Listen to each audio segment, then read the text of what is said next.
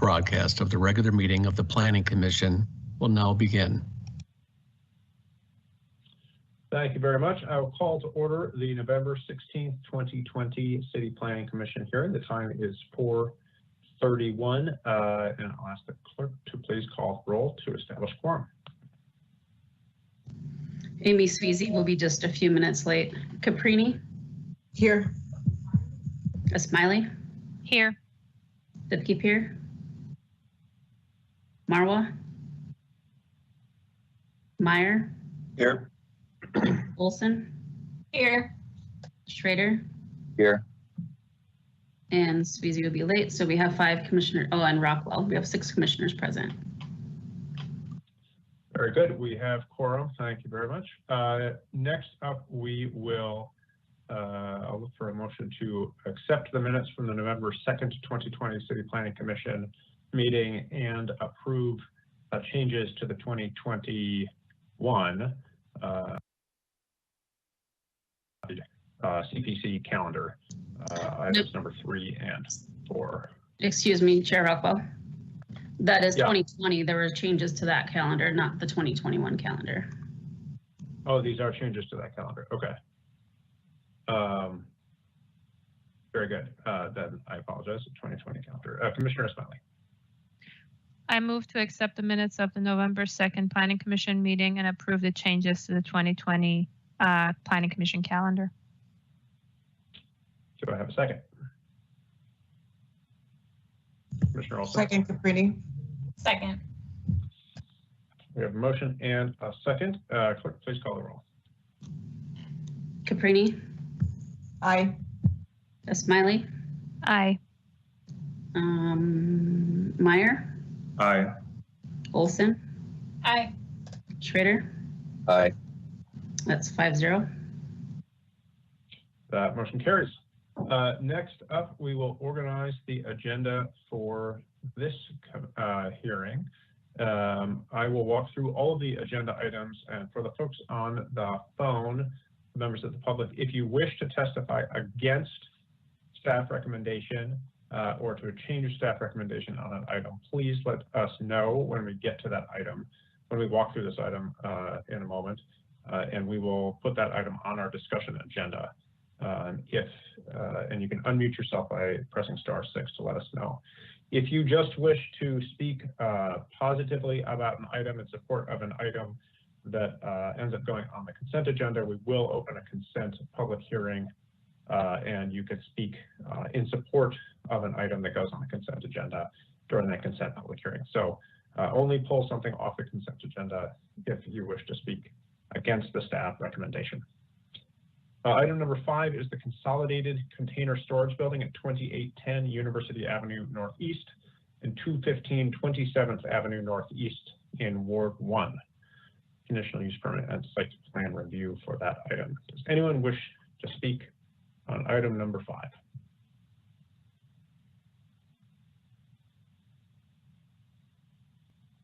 Hearing none, we'll place item number 5 on our consent agenda.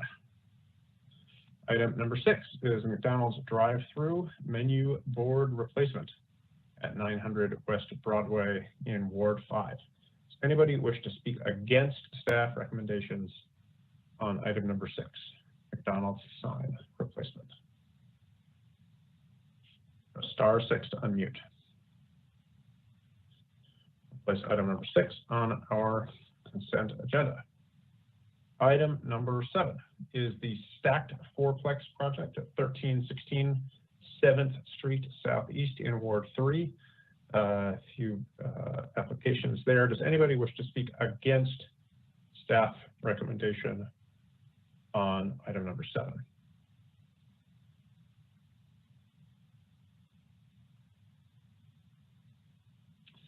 Hearing no one, will place item number 7 on our consent agenda. Item number 8 is the Shelby Commons project at 188 8.5 Glenwood Avenue and 151 Holden Street North in Ward 5. Does anyone wish to speak against staff recommendations on the Shelby Commons project? *6, unmute your line.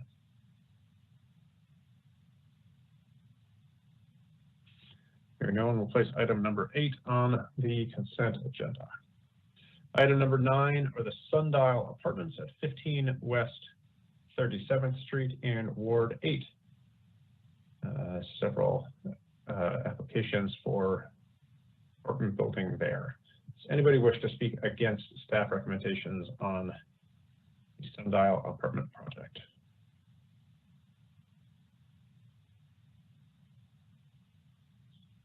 Hearing no one, we'll place item number 9 on consent. Item number 10 is 112 Lake Street East in Ward 10. We will discuss item number 10. That will be on our discussion agenda. Item number 11 are the LOA Phase 2 apartments at 4120 Nawadaha Boulevard in Ward 12. We will discuss item number 11. Item number 12 is a zoning code text amendment having to do with shelters and the emergency shelter text amendment. Is anybody wishing to speak against staff recommendation for the emergency shelter text amendment? Chair Rockwell, I would like to discuss item 12. We will pull item number 12 and place that on our discussion agenda. Item number 13 is a zoning code text amendment for all wards relating to the Mississippi River Corridor Critical Area Plan. We will discuss item number 13, and commissioners, I would suggest that we place item number 13 as the first discussion item as discussed at our last commission hearing. I know that for some technical reason related to how numbering can work and when we can number things, it is placed at number 13 because we continued it from last week. But it was continued from last week's hearing. So if whoever makes an agenda motion to approve the agenda wishes to move that up to the first agenda item, that would be appreciated. Could I get a motion to approve the agenda as amended, which is on consent, items 5, 6, 7, 8, and 9, and the discussion agenda as items 10, 11, 12, and 13. Moving item 13 to the first discussion item. Commissioner Smiley. I move to amend the agenda as discussed with items all the way to item 9 on consent, the rest of the items for discussion, and item number 13 as the first item for discussion. Very good. Do we have a second?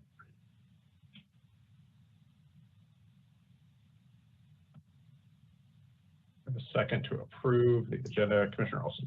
Second. We have a motion and a second. All clerk, please call the roll.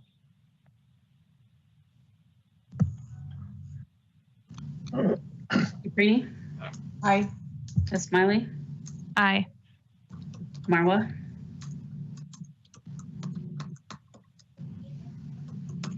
Marwa. Well, she says she's here. Meyer? Aye. Olson? Aye. Schrader? Aye. Sweezy? Aye. 6-0. Hi, it's Marwa. My computer keeps freezing. Oh, okay, I got you. I'm here. It's just glitchy for me. Here with an eye for the agenda. Very good. That motion carries. And next up, I will open the public hearing on the consent agenda for items 5, 6, 7, 8, and 9. Does anybody wish to speak to those items?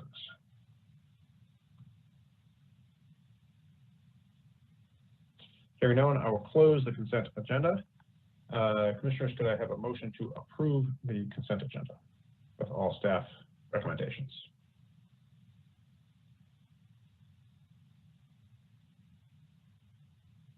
Commissioner Smiley. I move to approve this consent agenda. Do I have a second? Commissioner Olson. Second. I have a motion and a second. Clerk, please call the roll. Caprini? Aye. Smiley? Aye. Marwa? Aye. Meyer? Aye. Olson, Aye. Schrader, Aye. Sweezy, Aye. 7-0. Very good. That motion carries. We'll move on to our discussion agenda. And first item is item number 13, zoning code text amendments related to the Mississippi River Corridor Critical Area Plan. And staff are Jim and Chris. The floor is yours. Thank you, President Rockwell, members of the commission. My name is Chris Percoda. I'm a principal planner in the city zoning administration section. Presenting with me tonight will be Jim Bowl, a planning project manager in the long range planning section. And again, we are here to present to you on the proposed text and map amendments for the Mississippi River Corridor Critical Area. So the critical area was established by an executive order in 1976 by Governor Anderson to protect the natural, cultural, and scenic resources of the Mississippi River Corridor. There were some concerns about the adequacy of these regulations, and so the legislature adopted new rules that became effective in January of 2017 to better protect the corridor and its resources. The city is required to adopt zoning regulations in the form of an overlay district along with the maps and a permitting program to implement these rules. And that is being done with this amendment here. This text amendment is based on a model ordinance that was created by the DNR. It was put together by DNR staff with input from a working group that did include Jim and I, as well as representatives from St. Paul and several other municipalities along the corridor. This amendment would repeal the existing Mississippi River Critical Area Overlay Zoning District and maps and replace it with the new Mississippi River Corridor Critical Area Overlay District and maps. The Shoreline Overlay and Floodplain Overlay District regulations are not proposed to be changed other than being reordered within the zoning code so that they stay grouped with the critical area so that we have all of our kind of water and natural resources regulations together. So we're not proposing any changes to those with a couple minor exceptions. First, commissioners have received a memo today with a staff recommendation that an amendment be made to section 551.1520 definitions. This is within the Shoreline Overlay District to add Bidemacaska as a protected water and to strike Lake Calhoun as a protected water to represent that changed name. But again, no other changes are being recommended for the shoreland or floodplain regulations as part of this text amendment. Next slide, please. So information about this proposed text amendment was brought to the Planning Commission Committee of the Whole meetings on August 6th and 20th. And a draft of the ordinance was posted online on September 3rd for a 45-day comment period, which was set to expire on October 19th and was then extended to November 9th, last Monday. As a result of that, we did get a preliminary review from the DNR on the proposed text, as well as quite a few public comments, all of which is attached here. The version that is in the packets does differ somewhat from the version that was posted online for the public comments, and that's because we did make amendments to the ordinance based on the public comment and feedback from planning commissioners and council members and other interested parties along the way. And so it does not necessarily reflect all of the feedback that we were given, but much of the feedback that was given from the initial draft is reflected in the draft that's before you tonight. Next slide, please. So these are the 12 sections of this proposed ordinance. Just note here that the current Mississippi River Critical Area Overlay District has a total of 7 sections that cover roughly 1 page of text when formatted. This current ordinance with, or proposed ordinance with its 12 sections is over 30 pages of text. So there's a pretty significant increase in the breadth and complexity of these regulations as proposed here. Next slide, please. So there are 6 districts within the critical area. Currently, the Mississippi River Critical Area is just one big district. This new ordinance has it broken down into 6 kind of character areas: rural and open space, river neighborhood, river towns and crossings, separated from river, urban mixed, and urban core. Each of those takes into consideration the natural resource values of that given area, as well as the existing development conditions. But basically, the goal, very generally, is to have areas closest to the river that still retain many natural features to get the most protection, and that those areas that have limited resources or more existing development have the most flexibility. Next slide, please. And so the biggest way that these districts are kind of shown within the ordinance is that each of them has requirements for height limits, for setbacks from the river, and for bluff setbacks. So those are the primary functions of those 6 sub-districts within the area. At this point, I will turn it over to Jim. Next slide, please. So the height limits were determined by the DNR, but we have to make them work with our build form and other standards that we have in our Minneapolis zoning code. So there are some things that don't match up exactly right. Height is measured using the front center of a building in our zoning code, but is supposed to be measured on the riverside in the critical area ordinance. The critical area ordinance measures height in feet. Our zoning ordinance does it in feet and stories.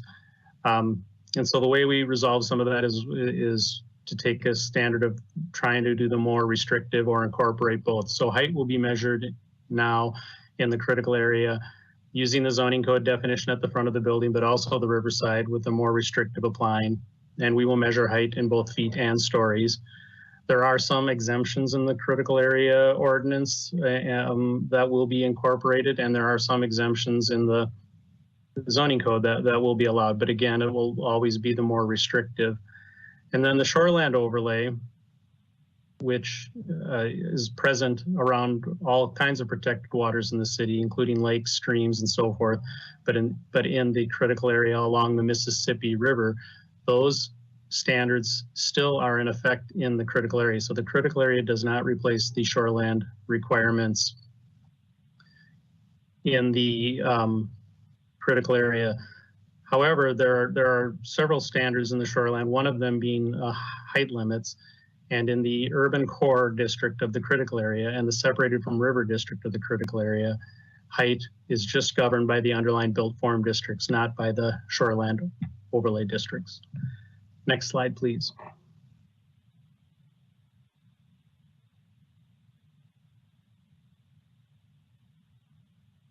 Thank you. So, one thing that people will be interested in is how do you increase height in the critical area districts? And we wanted to make sure that the height increases in the critical area districts work with the height increases or height regulations in the shoreland and in the built form, and that can get fairly complicated. But in general, height limits of accessory structures can be increased only by variance, which would be the case in the city. Anywhere where there's an increase in maximum height that exceeds the height limits of the built form district, but not the critical area, then one can increase height as allowed by the built form district up to the critical area district height that they're in. When there's an increase in maximum height that exceeds the limits of the critical area district, but not the built form district, then the height increase is subject to a variance or a conditional use permit, depending on which critical area district you're in. But one doesn't have to worry about the built form standards. When there's an increase in height that exceeds both the built form and the critical area district, one has to meet the standards, the premiums for increasing height in a built form district and a variance or a conditional use permit as specified by the applicable critical area district. And then people have talked a lot about there should be a maximum height limit.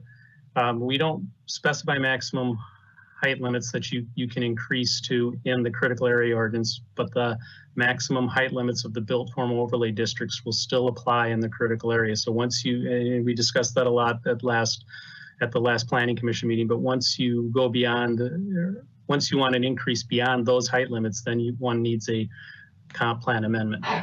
Next slide, please.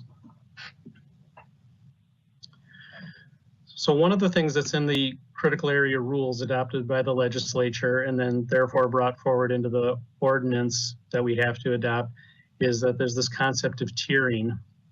And it only applies to 3 of the critical area districts: the rural towns and crossings, the urban mixed, which is predominantly the upper river, and the urban core, which is predominantly the downtown. And what the language in the rules says, the state adopted rules, is tiering of structures away from the Mississippi River is given priority. And people have differing opinions on what that means, but in general, it means the buildings get tall, it can get taller the further they get away from the river. But we weren't given a lot of guidance as to how to put this in an ordinance format. I mean, that's the difficult thing, is then how do you do this in an ordinance in a built city? And so in general, the RTC district, which is mainly on Nicollet Island, and there's a little bit by Lake Street, we will accomplish the tiering by using the Shoreline Overlay height limit of 35 feet, 300 feet from the river, and then stepping up to the RTC limit of 48 feet beyond that. Tiering in the urban core is done just by the underlying built form districts. So in general, they go parks near the river, then, you know, transit 10, transit 20, and so on and so forth. And they'll set the stepping of the height. And that is most reflective of the built character of downtown. In the upper river, where we have the urban mixed district, we accomplished tiering by splitting it into 3 sub-districts. So this can get a little complicated, but the CAUM1 is 35 feet, CAUM2 is 56 feet, and CAUM3 is 65 feet. So instead of everything in the urban mixed being 65 feet, it's broken into these 3 groups. Now, we didn't make it a literal staircase from the river in every case. And some of it was based on the underlying built form of the comp plan. Some of it was based on existing conditions. In some cases, there will be CAUM3 to the river. In some cases, you won't even have CAUM3 because we're trying to reflect existing conditions within the city. But one thing to remember is in the upper river, everywhere that has CAUM, the shoreland will still be there 300 feet from the river, having a limit of 2.5 stories or 35 feet. Next slide, please. So this is I know this is probably a little hard to read, but this is an example of the critical area districts over the built form districts in the upper river. This is generally covering the area north of Lowry, going up to just south of Weber Parkway. And provided this example because a lot of the public commentary that came in and at last Monday's meeting talked about how we shouldn't exempt the Upper Harbor Terminal or other areas from the tiering standard. But one thing I want to make clear is that the DNR set the limit for the CAUM3 at 65 feet, and we chose to do a set of sub-districts which would have stricter height limits in some areas, but we also, based on our critical area plan, where we talked about this in the critical area plan, want to recognize that there are existing conditions, and so we want to recognize that in the way we apply the ordinance. So not everywhere is going to be exactly the same with this tiering plan, but you can see, for example, at the Upper Harbor Terminal on the west side of the Mississippi River in North Minneapolis, it's CAUM3, which would mean that's the height limit of 65 feet. I will remind people, though, that within 300 feet of the river, there will be the shoreland height limit there. So that's something you can't quite see in there. Part of the reason for doing that there is there's an extensive planning process that's been going on there. And we felt that this would provide more flexibility instead of creating another set of rules for the planning process that's going on there. But also this area, the river, the street grid is a little bit narrower. We have two blocks, so it was harder to fit the 3 districts in. On the east side of the river in northeast Minneapolis, you can see we also did that over the XL plant where it was hard to create districts without creating split zoning. Next slide, please. So this is just that same area showing, the blue highlighted area is just showing the shoreland overlay within 300 feet of the river or floodplain. So even though that area has the CAUM3, the 65-foot height, you can see that there will be a tiering of the river based on the shoreland. Next slide, please. This is the area between Lowry and Plymouth. Again, maybe sort of hard to read, but you can see where we had a little bit wider geography that's covered by the critical area on the west side of the Mississippi River in North Minneapolis. There is a section, you can see where it goes CAUM1, CAUM2, CAUM3 block by block. And so it's a more literal stepping can be done. And in Northeast Minneapolis on the east side of the river, you can see that south of Lowry, it goes CAUM1 to CAUM2 and then back down to 1. We don't even have the 3. And the 2 is mainly over corridor 4 built form, which is 4 stories or 56 feet. And the 1 is more over interior 1, 2, or 3, or the parkland. So that's more reflective of the existing conditions. Next slide, please. Then I just want to show the Greenbelt Brewery area. This is in Northeast Minneapolis. This area was, the 45-day review period had the CAUM3 just over the brewery building and the buildings on the east side of Marshall Street. We expanded that to what you see there on the map, which is basically from the rail corridor down to Broadway, from Marshall Street west to the park. You see urban core. And so when one looks at the colors, you can see the green is typically the park's built form, which has the 2.5 stories of 35 feet limit, and then it steps up to the higher intensity districts of the downtown. So one can get an idea of how that would tier, but it won't look exactly like a literal staircase. It'll be more reflective of the built condition and planning that has been done over the years for downtown. Next slide, please. So currently in the critical area, the downtown area is exempted. Currently in the critical area in Shoreland downtown, this area is exempted from any height limits in either ordinance. And the way that the new ordinance is written, I should be more clear about that. On the west bank of the river between Plymouth Avenue and 35W, the shoreland height limits don't apply. And between Central Avenue and First Avenue in Northeast, the height limits don't apply in the shoreland. But on Nicollet Island and everywhere else, they do. And this gives you an idea of where the shoreland is present in the downtown. Under the new critical area ordinance, those shoreland standards, the height limit will continue to not be applied in anything that's a CAUC. But Nicollet Island, I know there was some commentary about Nicollet Island. Nicollet Island has got the CARTC, and the shoreland does apply there. So you can see, how tiering would work in an RTC district where the height limit is 48 feet, but the majority of Nicollet Island still has the shoreland limiting it to 35 feet. So that's an example of how tiering works with the shoreland and the RTC together. Next slide, please. I think Chris was going to take over here. Yep. So as I mentioned a little bit before, we did make some changes to the proposed ordinance from what was posted for the public comment. Again, that was based on feedback that we received from the public early on, as well as other stakeholders like the Park Board, the City's Public Works Division, the Planning Commission at those CAL meetings, as well as council members. And so I just kind of want to go through some of those here. We did add a definition for the Mississippi Flyway. We added a finding for variances and conditional use permits, looking at negative impacts on birds and other wildlife.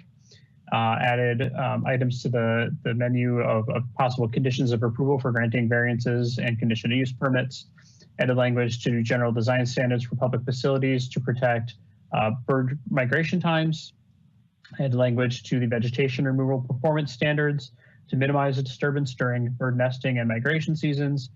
and reduce the subdivision and land development design standard threshold from 20 acres in the model ordinance to 5 acres here in the city. Next slide, please. Some additional changes. The public notice timeframe was changed from 10 days to 21 days to match the 21-day notice that's sent out for all applications in 525-150. The maximum height limit for the CAUM2 district was revised from 42 feet in the initial draft to 56 feet. That is to more closely match the underlying built form districts, overlay districts, so we didn't have a bunch of areas where there were conflicts between those two. An entire new section was added for performance standards for lighting. Lighting was one of the things that we received a lot of comments on, so a whole new section was added to address that. And then, as Jim mentioned, there was that area around Marshall Street and Broadway where the UM2 was changed to UM3 to reflect the existing and potential development pattern for that area. Next slide, please. And Jim, back to you. Thank you. So as you know, we received several comments from the public, and then there was also testimony at the last meeting. And I don't want to imply that this covers everything that everybody suggested, but in general, we tried to distill it down to, and I'd be happy to talk more about this if you would like, but and what our response to them are. But one was to add more bird safe materials or standards. The second is to specify maximum building heights allowed by variance or conditional use permits. The third is to tier buildings at the harbor terminal. Another is to lengthen the public hearing notification period. And finally, a request to specify a height limit for land in the parks built form overlay district in the critical area in the, mainly, I should be more clear about this on the slide, but mainly in the urban core area. And I think there'll be people to speak to that. I want to say that on some of these items for the maximum building heights, the reason we didn't specify it in this ordinance is that it's done in the built form ordinance. The tiering of building heights at the Upper Harbor Terminal, we explained our rationale for that, but we can answer more questions if you have them. The notification period, the DNR only wanted 10 days. A lot of comments said make it 30 days, but the reason we made it 21 days is because that matches when planning staff and the clerk and everybody does all the other notices to the watersheds and to the neighborhood groups and so on and so forth.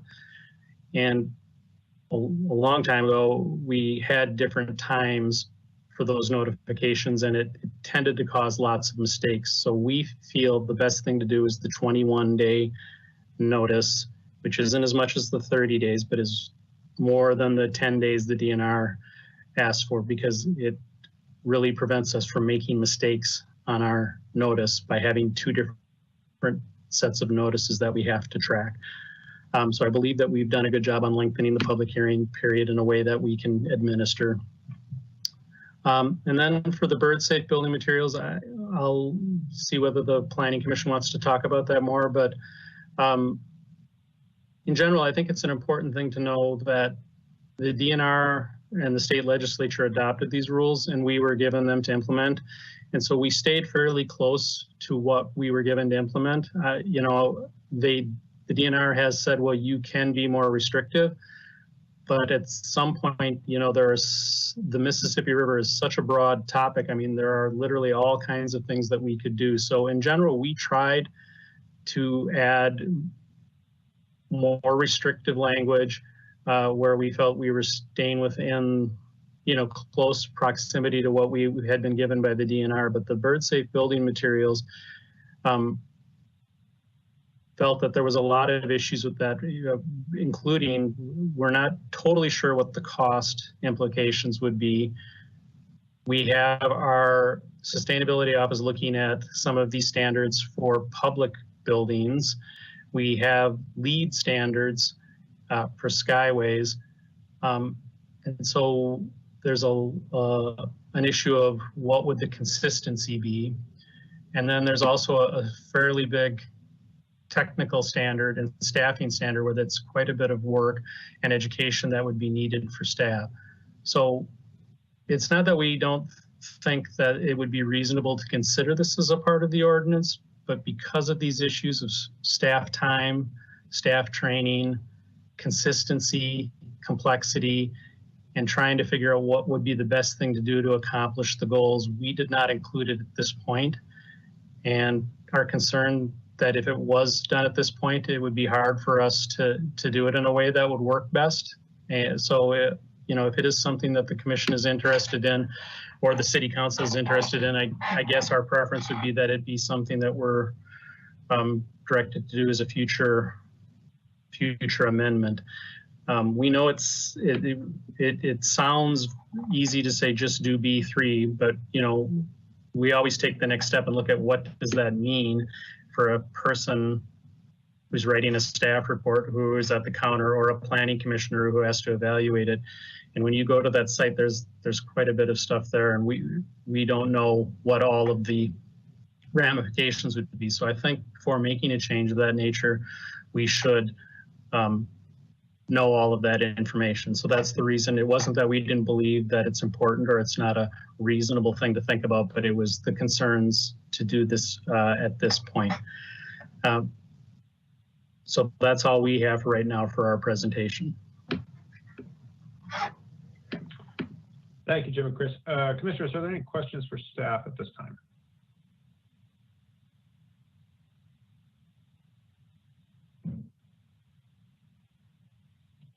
I'll ask one here. So you touched on the building materials, which was something that I noted was brought up quite a bit. The standards. Could you speak also to when I saw the references to the standards, I saw kind of three things called out: building materials, glazing, I believe, glass, right, and lighting. And you know, I understand the complexities from a kind of administrative perspective of just kind of, you know, the commission without ever having looked at a B3 guideline saying, let's do B3. But my question is around the lighting. It seems like some of the lighting suggestions were pretty basic. I am no expert in this arena, but do know that that's kind of downcast lighting is very preferable from a wildlife standpoint. Is there a reason that standard didn't get incorporated, or did it get incorporated and I just didn't look at the right version? President Rockwell, yes, we did incorporate lighting. As a matter of fact, we created so even though, you know, I said we tried to stay close to what the DNR did, we felt that, one, our comp plan had quite a bit of language saying that, you know, we should be looking at improved lighting standards. And so we did incorporate a whole new section called performance standards for lighting. But this is a good example of the issue that I was talking about with complexity. Is a lot of the commentary said, well, do the dark skies ordinance or do the B3 standards. But when you go into those things, you find out that B3 references the standards that used by the International Illuminating Engineers Society. And then when I went to go check out what these were, they don't use those standards anymore. They use something called BUG, backlit, uplit, glare. And then you get into the dark skies, says they've got 4 different zones or categories for light. And then they have 2 different ways of calculating it. And you can use the simpler one, which ended up being like 3 pages worth of calculations that created a lumens budget and all this other stuff. And that was an example of, wow, we'd really like to do something good here, and our comp plan says to do it, but this is extremely difficult.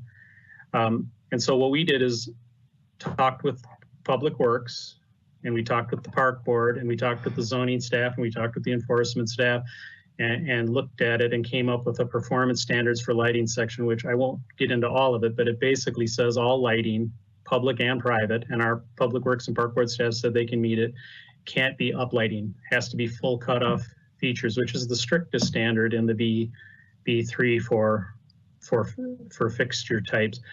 And then other lighting has to be fully shielded. And there's a whole debate in the engineering community between which is better, full cutoff or fully shielded. So instead of getting into that debate, the feeling was, well, if we say full cutoff and fully shielded, there might be a case where one type of fixture gets away with a few more lumens than another. But in general, it will make the lighting standards for the whole critical area much darker. And then architectural uplighting would be allowed by conditional use permit. And the reason we made it a conditional use permit is so that it's discussed and that if it's approved, it would be recorded. But the condition would be that they have to turn, somebody does architectural uplighting on a big building, they have to turn it off during a specified bird migration time, which the dates are not in my head, but they're listed in the ordinance. So that's the long answer. The short answer is we thought we could do the lighting, and we thought we came up with a standard that was that staff could administer, and that was a large improvement over what we have now. And that's a whole new section called performance standards for exterior lighting. Awesome, thank you. Thanks, Jim. Any other questions for staff? All right, seeing none, I will open up the public hearing. We have a number of folks looking to testify. And first up is Ann Lawton. If you are on the line, please press *6, unmute your device, and state your name and address for the record.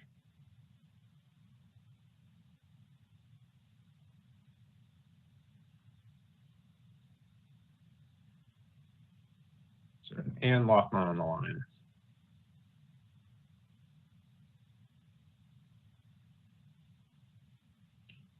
All right, what about Phyllis Khan?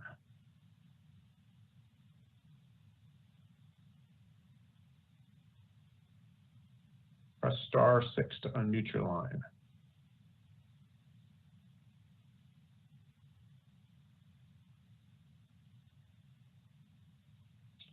Sometimes you have to check your own device as well to make sure you're unmuted there.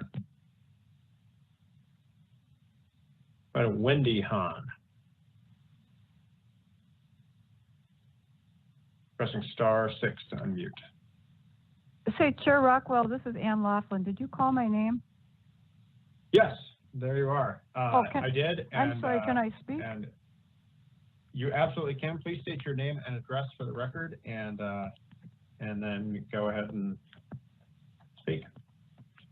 Okay, thank you. It's Ann Laughlin, 4804 Dowling Street in the Longfellow neighborhood. And I'm speaking on behalf of Audubon chapter of Minneapolis. And we are heartened by the bird protections, the many bird protections that have been worked into the ordinance so far. And it's great that a definition of the Mississippi flyway has been included. I just wanted to focus briefly on the flyway and just try to make it a little more visual. I wondered if you could all just think of a map of the United States and then just cut it into 4 huge vertical swaths. And these are the 4 North American flyways. There's the Pacific, the Central, the Atlantic, and then our own Mississippi, which encompasses the entire state of Minnesota.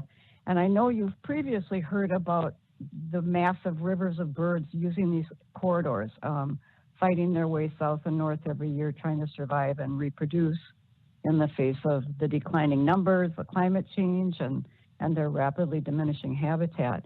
But we need these birds. We need them to eat insects and move seeds and pollen around and control pests, reduce weeds, and clean up dead animals, and finally to support our economy.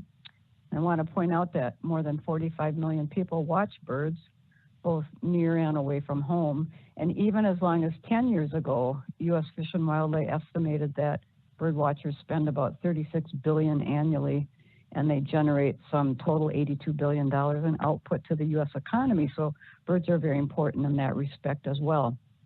Now, a few years ago, excuse me, Audubon chapter of Minneapolis monitored U.S. Bank Stadium during fall migration to document birds killed in collisions with the stadium glass. And I participated in that. And the very first bird I found one August morning was a ruby-throated hummingbird laying in a little pool of blood at the base of the stadium's west wall. And that bird weighed about a penny or maybe a peanut, anyway, just a few grams. And this particular bird species can fly nonstop 500 miles across the Gulf of Mexico. And they've been known to travel more than 1,000 miles without stopping. And this tiny bird was trying to get south to Mexico or maybe Central America, but it couldn't even get through Minneapolis. And we found many other species of dead birds also stopped dead in their migration tracks by building collisions in Minneapolis. So here's my point. So we're heartened by the bird protections, and it's great that we've got the flyway included as a definition, but so what? At this point, there are no protections in the ordinance ensuring bird-safe buildings. We need an amendment to the ordinance to compel all new and renovated buildings in the MRCCA to use bird-safe design. Such an amendment could read as follows. Title, Performance Standards for Bird-Safe Structures. Text, one sentence. New construction or major renovation of all structures, buildings, and facilities in the MRCCA must comply with Minnesota B3 guidelines. And that would be version 3.2, Site and Water Guidelines, Section 5, Animal Habitat Support. And I note Jim Bull's comments about the difficulty of working out cost and training and application of these types of guidelines. But I want to point out that the cities of Toronto and Oakland, San Jose, San Francisco, Portland, New York, Chicago's working on it, and the federal government have been able to deal with the issue of costs and training and application of bird safe standards. And I remember that I think Commissioner Meyer mentioned at one of the meetings that, we're being outdone by Portland.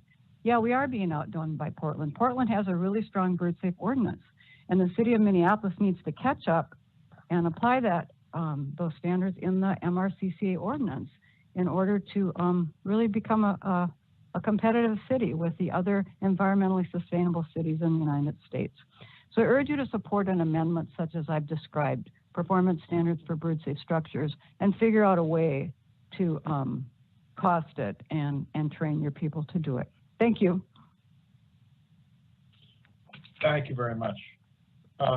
Next up, Phyllis Khan, are you able to unmute at this point?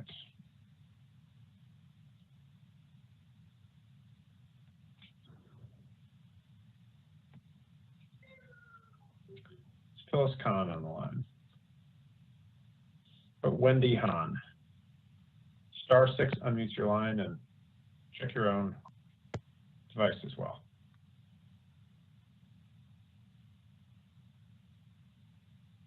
How about Ted Tucker?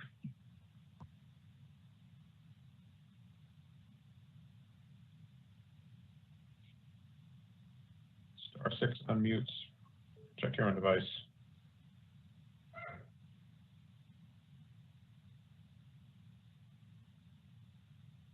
Or Michelle Bevis. Oh, somebody just came on unmuted. Go ahead and speak up if you unmute. Hello, this is Michelle. Yes. Can you hear? How are you, Michelle? Please state your name and address for the record and go ahead. Yes, my name is Michelle Bevis at 3442 35th Avenue South in Minneapolis. And thank you for this opportunity to speak. I live near the Mississippi River and witnessed all kinds of birds flying along the river and in my neighborhood. And this river is an incredible jewel. It's right here in the middle of our city. Because of the river, we have a multitude of bird life that depends on this river for food and a flyway for navigation. And I would like the city to provide as much protection as possible for these birds that use the Mississippi River for their flyway. I recommend that all new and renovated buildings in the MRCCA apply bird safe design. And this could be the same bird safe design as currently prescribed in the Minnesota B3 guidelines for state funded projects. And I thank you for taking my comment. Mm-hmm. Thank you very much. Are Phyllis Khan or Wendy Hahn or Ted Tucker still on the line? Or is anybody else wishing to speak on this item? If you are, please press *6 to unmute. Let us know you're here.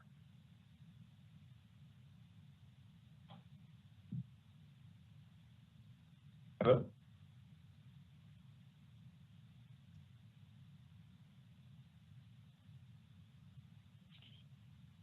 All right, last call to get unmuted.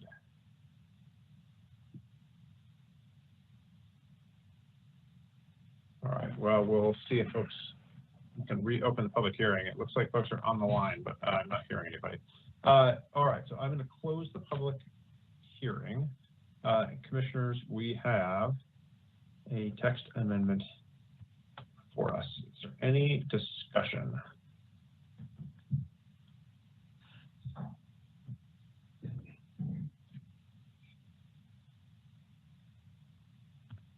Or motions?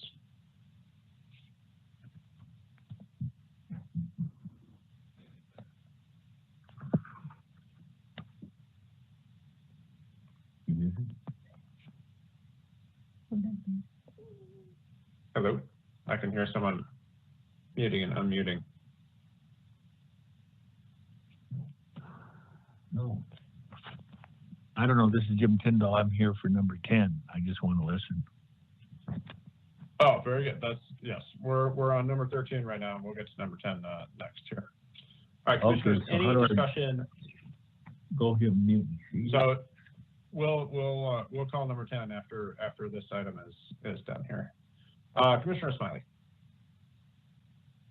I want to move to approve the text and map amendment to establish the Mississippi River Corridor Critical Area Overlay District.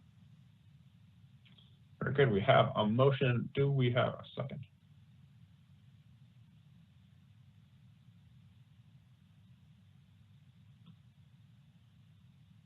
Second, Meyer. Commissioner Meyer, second. Thank you very much. Is there any discussion here? Oh, Chair Rockwell. I got a text. Ted Tucker is trying to get through the hearing. He's still trying to comment. I'm not sure. Ted's going to have to get called back in somehow. But thank you very much. Yeah, I'm not sure why people aren't able to get on, but we'll see if he's able to get back on before we wrap up. Commissioner Olson, I'll also note for folks, since Ted Tucker's trying to get back on, Ted Tucker did write out a letter, which is in the staff report. Commissioner Olson. Do we need to first make a motion to change the definition section to change the name of Bede-Makaska from Lake Calhoun? Yes, we if we're going to incorporate that, we'll need to make that motion, or we can offer a friendly amendment perhaps. Okay. As the seconder, I take that as a friendly. As the person who moved, I also take that as a friendly amendment. Very good. Any further discussion on this item? Chair Rockwell, so Ted Tucker is saying he never got a call-in number and he needs the number. Be able to get that for him? I am not. I know that there was a problem with a lot of call-in numbers today, and I am not the number guy. I don't know if we have a number that. Yes, the number is in the chat. I will also read it out loud right now one more time. The number to call in is 612-276-6670. The conference ID for people listening is 102-700-880 or hashtag. And I will copy and paste this in one more time at the bottom of the chat so it's more visible. Yes, it is copied at the bottom of the chat now. Thank you, Kimberly. And I would implore everybody else, not just for this item, but if you are listening and have not called in, please call in now, because we are not going to be able to wait for everybody to call in after the fact. I will wait about a minute here to see if we can get Mr. Tucker on the line. I will say, you know, I think this is I'm looking over this, a really strong ordinance, and the public comments have really backed that up. I would encourage the staff and council to explore a safe building guideline. I think that the City Planning Commission doesn't have the resources to and the time as a volunteer body to sort of dig into an understanding of what the right guidelines are. In some cases, we happen to have the expertise on the commission, and other times we don't. But it strikes me as something that would be worth establishing as a staff direction to come forward with an appropriate ordinance in a year or so. But I think that's maybe more appropriately given by the city council. We are in a critical area for birds. I think that this is something where we always have to balance the need for density and the knowledge that having density is an environmental necessity for our climate and for all the species in this climate, and then also try to do our best to allow for density. And allow for density isn't just the zoning code, but is the Okay, I'm gonna hold on. I got it right here. Hello? Hello, this is Phyllis Khan. Hi, Phyllis. This is Ted. Hold on, Ted. Well, I have to open the public hearing. Give me 1 second here. And so I think that this is an appropriate thing for us to look at, in particular because the land along the Mississippi River, not exclusively, but is largely some of the most valuable land in the city. And so if there's anywhere in the city that can close that financial gap on higher building standards, it strikes me that along the Mississippi River would be one of those places. Commissioner Meyer, do you have a comment, or do you wish to hold the comment after reopening of the public hearing? I can wait until after the hearing. Very good. I will reopen the public hearing Yes, for. this is Phyllis Khan. Can I get in now? Yes, I can hear you. Please state your name and address for the record and go ahead. Is Phyllis Khan, 115 West Island Avenue, Minneapolis, 55401. Go ahead. Okay, I'm Phyllis Khan, former state legislator, and I did a lot of work on bird-friendly legislation.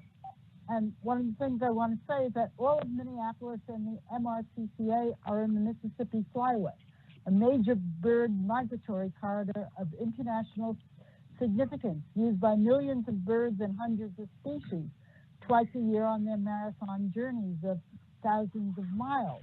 And I don't know if you paid attention to this, but in the new bonding bill this year, there was specific language related to the Mississippi River Trail connection at 26th Avenue North, which said specifically that all project lighting must follow the International Dark Sky Community Protection. And the landscapes are losing their ability to support bird populations, and other cities, as we've talked about, are way ahead of Minneapolis in recognizing that we must protect birds and other wildlife in order for our own survival. Yet, so far, you've talked about the height and the density of buildings rather than ensuring the healthy environment in the city.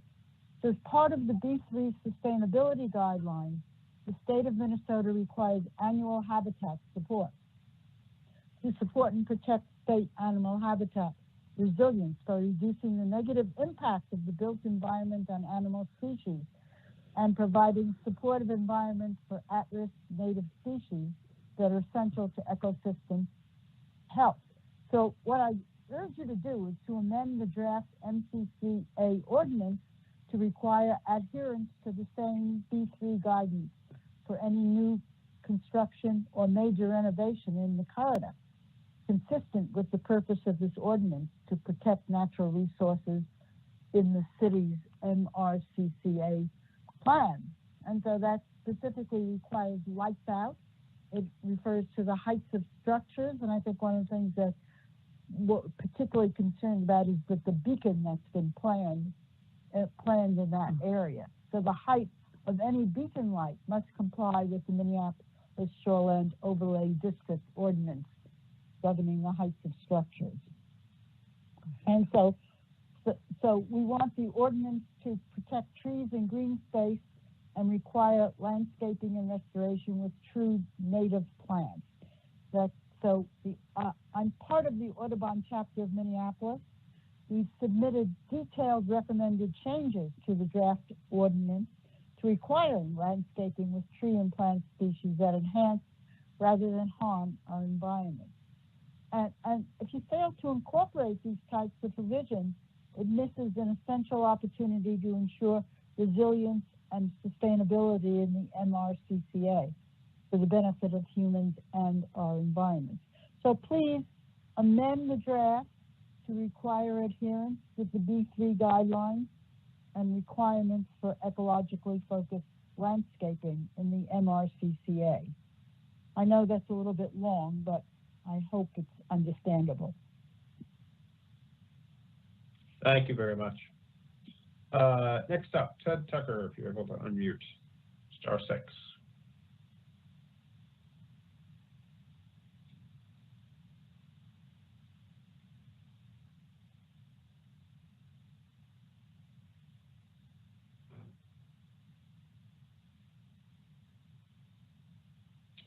Ted Tucker is no longer on the line. This might not be Ted's day. Ted is a former planning commissioner. Is there anybody else on the line wishing to testify?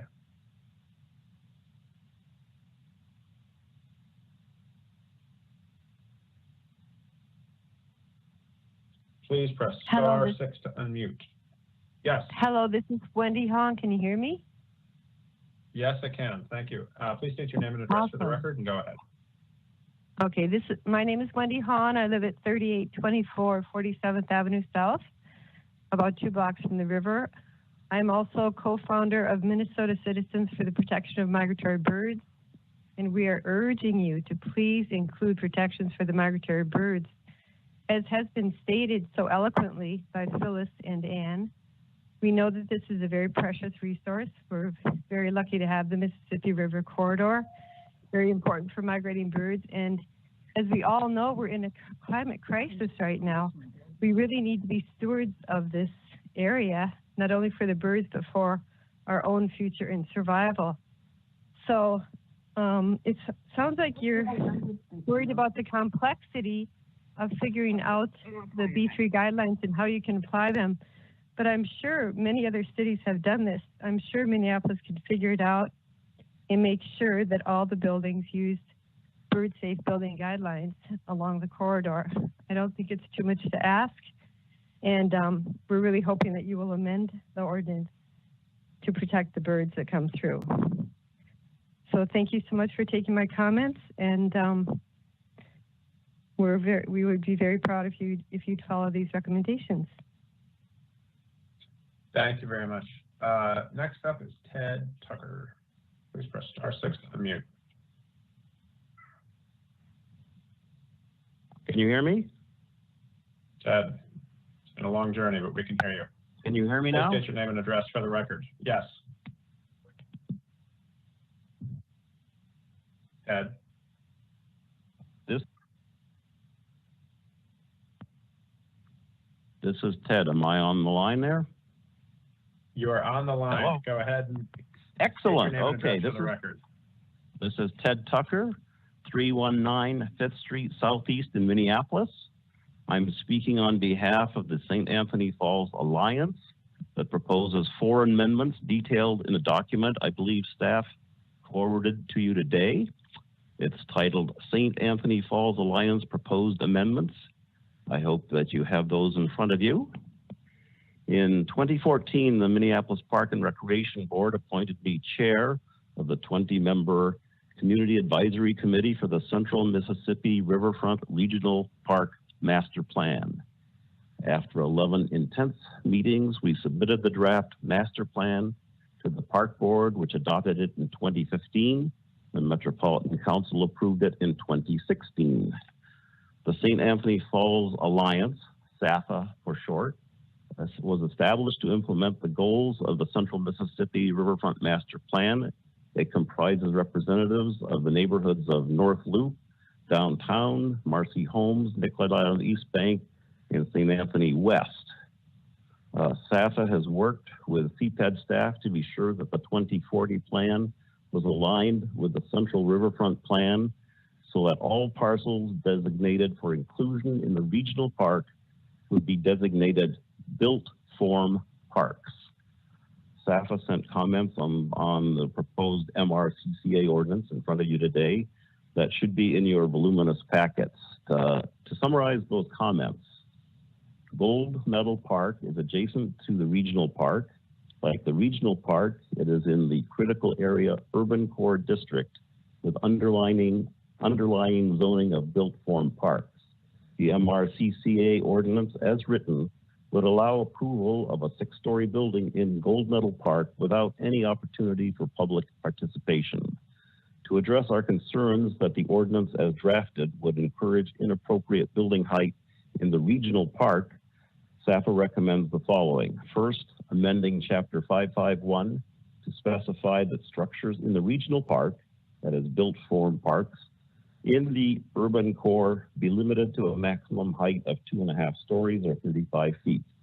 Second, that requests to increase height in the urban core areas of the regional park should require a variance or CUP and opportunity for public comment, as is true in the rest of the regional park. Now, the document I sent today proposes 4 amendments to implement these recommendations. With your indulgence, well, I'll go through those briefly and show where they fit into Chapter 551 to align with the MRCCA rules with the MPRB master plan for our Riverfront Regional Park. So I hope you have the sheet in front of you. It's labeled St. Anthony Falls Alliance Proposed Amendments. The amendments are in red text, and I just have an sort of an outline of Chapter 551 so you know where they fit. The first 2 have to do with adding findings for either variance or CUP when built form overlay district is parks. And that's, we propose adding a finding F for both variances and conditional use permits. That's the first 2 of the amendments suggested.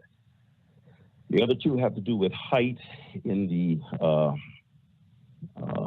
built form district, overlay district as parks, and suggests on section 551, 1850, under structure height, placement, and lot size in item 8 for the UC district, that when the built form overlay district is parks, maximum height is 2.5 stories or 35 feet with no premiums for increased height.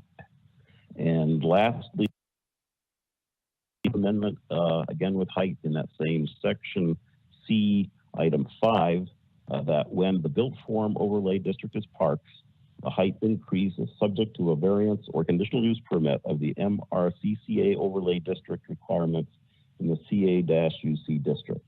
So we wrote out the amendments we'd like to see there that really has to do with aligning the master plan that the Park Board adopted for the Central Business Front Regional Park with the MRCCA and gives the public a chance to speak when land that was intended to be parks turns out not to be developed as parks, but as more development for our city. So I thank you for your attention and hope you can add these more or less administrative amendments to the ordinance. Thank you.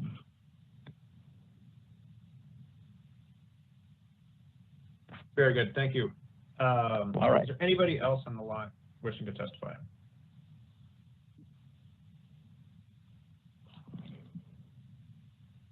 Hello? All right, hearing nobody, I'm going to close the And commissioners, we have a motion and a second to approve the ordinance as written, incorporating the suggested amendment put forward by staff on the naming of Calhoun McCoska. And Commissioner Meyer, you have a comment.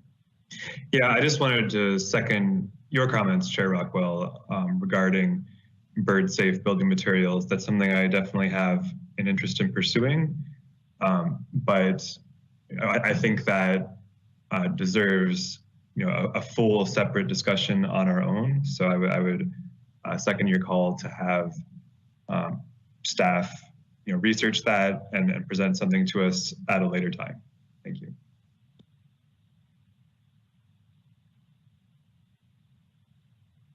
Commissioners, are there any further comments or amendments?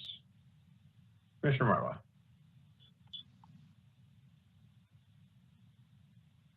Hi, I had a question. There was someone who gave their public comment who mentioned that there was a kind of a simple wording amendment that could go in that would mention, bird safe materials when applicable. And I guess my question is more for staff of why is there hesitancy to include that when it sounds like a simple kind of suggestion for, for developments that we see come before us that are in the way.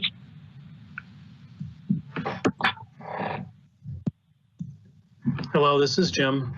Commissioner, the amendment is simple. It could be one line, but the problem is when you do what the line says, it's not so simple. It's going to the B3 standards, which, they have calculations, they have threat factor calculations, and they require totaling up the amount of materials. And then there is, that's the complexity, is the B3 standards. And I'm not saying that we're not smart enough to do that, but we do have some concerns about with 3 zoning inspectors and potential, budgetary issues next year and staffing issues and all of that. Is that the best? So the complexity that we were raising is the complexity of having. Sorry, I'm getting back here. Was the complexity of administering what's in B3, and could we look at so what we wanted to do is make sure, and I talked with our sustainability office and they didn't have the answers just yet either, but are interested in working on it, is what are the costs of requiring these materials? What is the technical ability that staff's can need? Is B3 the best thing? For Skyways, we use LEED standards rather than B3 standards. So I think we could come to, if we were directed to work on it, we could come up with something that could be done that would meet the goals. But I think commissioners and city council, and frankly, property owners in there who don't know anything about this have a right to know what that would all entail. So the amendment is relatively simple. It's the work that it what's the word I'm looking for? It's the actual implementing that simple one-line amendment that's the difficult part that we had concerns about. And so again, not saying that it could never be done, but that we really want to understand what it is and to see if we can come up with a way to do it, or at least let you all in the city council know what the pluses and minuses are to all of that. And we weren't able to do that in time for this meeting. So I'm sorry I'm rambling.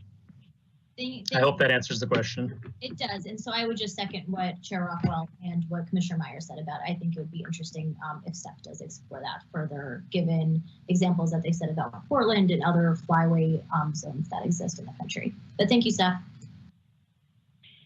Commissioners, we also, of course, have the option of putting forward a staff directive requesting a recommendation on a bird safe building and glass standard for the critical Mississippi area overlay, within 6 months or so, in 6 months or so. We could, if somebody wants to put forward that more direct staff directive. We can take that as a motion and see if there's appetite for that. And if folks are not interested in that, then we can vote on the motion on the table. Is there any other discussion? Sorry, were you suggesting that the staff directive be part of this current motion, or did it need to be a separate one? We could potentially incorporate it into this motion, or separately put forward a staff directive. Okay, so I guess I would move to amend the motion to direct staff to report back to the Planning Commission with recommendations for bird safe materials within 6 months. I'll take that as an amendment. Is there a second to the proposed amendment?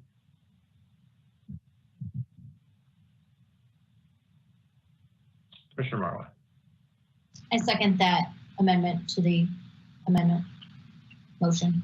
All right, so we have a motion, we have a proposed amendment to the original motion to add staff directive for staff to bring to the Planning Commission in 6 months. So by, we'll say the end of May 2021, a recommended standard for bird safe building materials to be incorporated into the Mississippi area.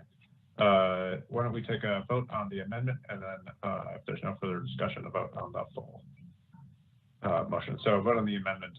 Clerk, please call the roll. Caprini? Aye. Smiley? Aye. Marwell? Aye. Meyer? Aye. Olson? Aye. Schrader? Aye. Sweezy? Aye. 7-0. All right, that motion carries. Is there any further discussion on the original motion?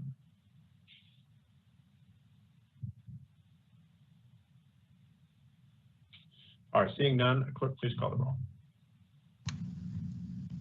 Caprini? Aye. Smiley? Aye. Marwa? Aye. Meyer? Aye. Olson? Aye. Schrader? Aye. Sweezy? Aye. 7-0. That motion carries. That concludes our business with item 13. Thank you to staff. This is, as we said last week's meeting, a lot of work, and also thank you to everybody who testified on this. I know a lot of folks waited for 6.5 hours last Friday to testify today. So thank you for your dedication on this. Next up is item number 10, 112 Lake Street East in Ward 10. Staff is Andrew. Good evening, President Rockwell and commissioners. Before you today are 3 applications to allow the construction of a new 4-story mixed-use building at 112 Lake Street East.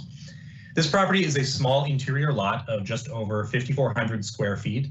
This property was previously occupied by a single-story retail building, which was destroyed by arson in the unrest earlier this year.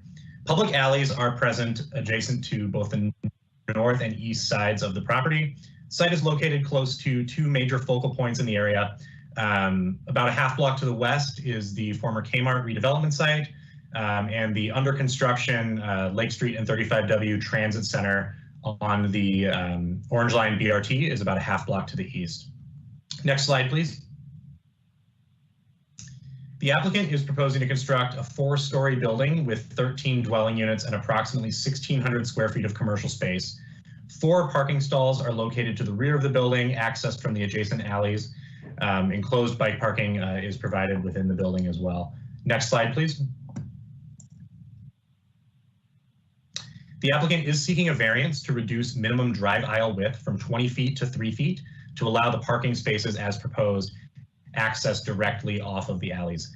The applicant is also seeking a variance to increase the maximum permitted floor area ratio slightly from 2.125 to 2.26 to allow the building as proposed. The applicant is, of course, also seeking site plan review. A letter regarding the project from the neighborhood group was received and included with the original packet on this application. Several additional public comment letters were also received after publication. You should have received those today.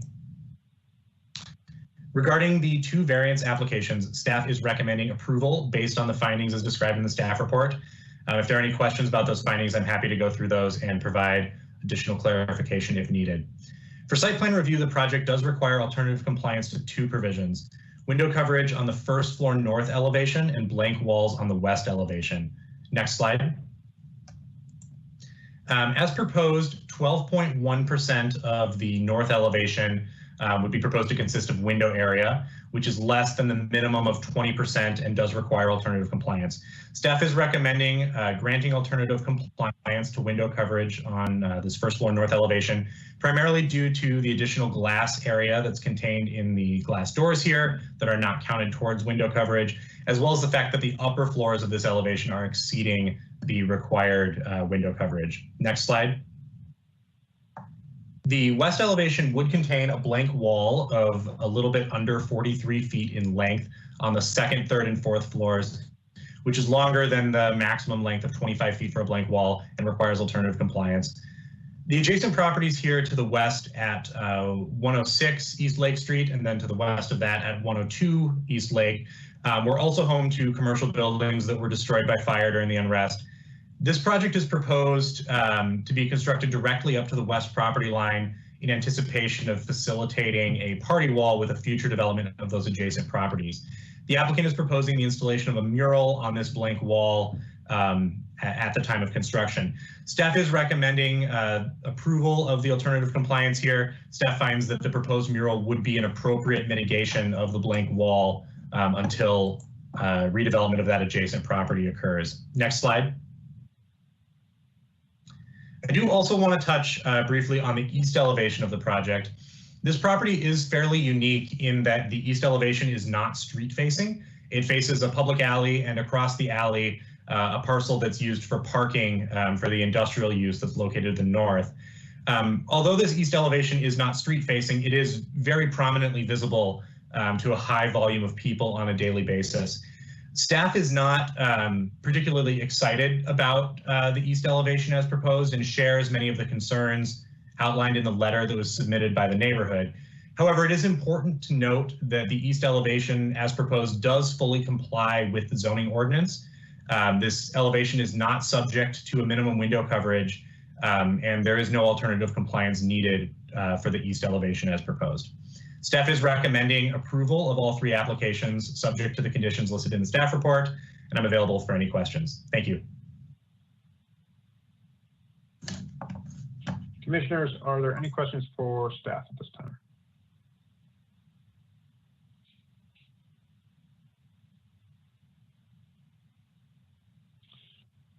Seeing none, I will open the public hearing and ask the applicant to introduce themselves and add anything further that they wish to add. Please press *6 to unmute.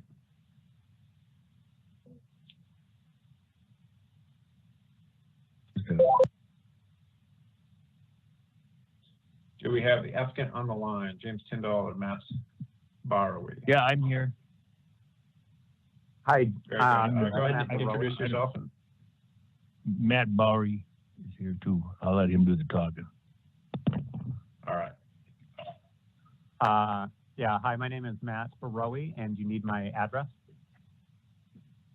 If you can just state, just state your name, if you state your address for the record. Okay, it's 802 Lower Johnson Circle, St. Peter, Minnesota. Thank you much. Is there anything you wish to add to the staff presentation? Yes, I do. I'd like to say thank you to city staff and commissioners. I am the design architect and owner's representative. The owner was surprised and disheartened when his building was first vandalized and then completely destroyed in June. He maintains confidence in this neighborhood and would like to reinvest here.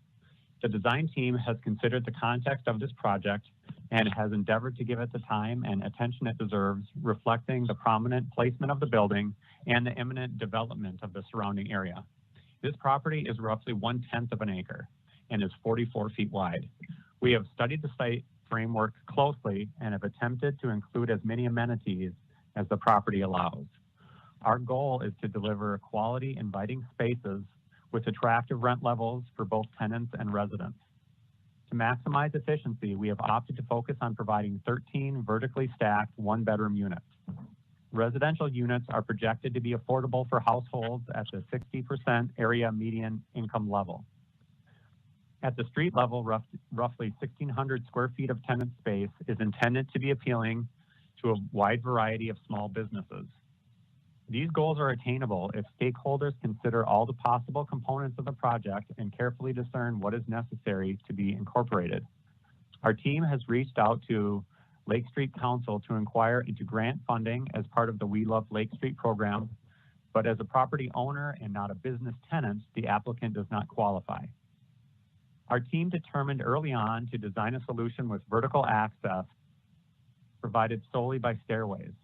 To allow for this, we've positioned a mobility-inclusive apartment on the ground level with windows oriented to the north that allows for views to a courtyard area. Placing the windows for this unit facing east was determined to be problematic due to an uninspiring view of the alley, as well as a lack of privacy. Design priority has been given to the usability of interior spaces and the symmetrical Lake Street elevation design. The street level storefront features approximately 230 square feet of glazing to allow clear views into and out of the building. The design team has agreed with a suggestion from city staff and later echoed by the Whittier Alliance that the eastern wall is much more prominent than a typical alley wall and as such requires more care and attention. We have opted to incorporate the design language of the main Lake Street elevation to this east elevation, including window glazing, wood siding accent material, metal trim work, and articulated brickwork. The elements that have been deemed appropriate investments considering the prominence of this building face. Moreover, additional glazing can be added to the first level if the commission requires. The north stair location is a result of the size of the lot, pedestrian and utility access, as well as the aforementioned window locations. The resulting tower element is placed on the northwest corner of the building that allows for a balanced framing for a large mural area and acts as a wing wall to provide privacy to the courtyard.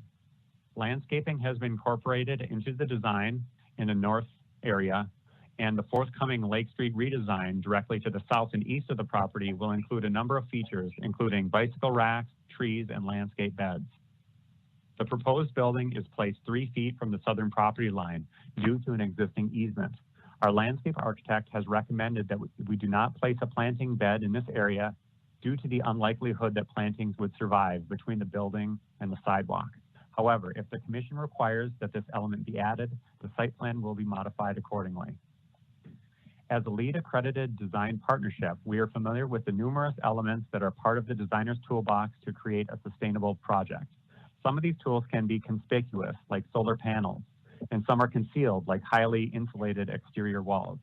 The project narrative highlights the elements that are planned for this project. In addition, exterior pedestrian scale LED lighting will be incorporated. This project is not pursuing LEED certification. However, when analyzed through that lens, silver level would be attained as designed due to the items listed, as well as the absolutely stellar location of this property when viewed as a sustainable site. An informational packet was distributed to the 2 neighborhood associations containing and adjacent to the proposed development. No concerns were registered from the Lindale Neighborhood Association. In September, a meeting was held with Whittier Alliance representatives to present the design and gather feedback. Various elements were suggested by the group, and a summary of the items that would be incorporated was relayed back, including more streetscaping, more internal and external bike storage, a dedicated area for composting, and increased accessibility to the trash and recycling area. Correspondence continued in October when all land use application and preliminary design review materials were provided to use as reference in the group's upcoming Housing Issues Committee meeting. Additional items requested by the group that the design team has incorporated include an awning will be added to the south elevation over the main entrance to provide a more pedestrian-friendly scale. and to help brand and market this space as part of a retail district. High quality materials, including brick, patterned metal panels, and architectural details will be consistently applied on all elevations. And an outdoor landscape courtyard space and space for a large mural will be provided as previously mentioned. It is our sincere hope that the community group recognizes the design team's genuine efforts to balance the needs and wants of all the stakeholders, including owner, users, and community members. We respectfully ask commissioners to view this project as an attractive and worthwhile addition to the area and support its construction with a yes vote. Our wish is to be regarded as a good neighbor within this block and the community as a whole. Thank you.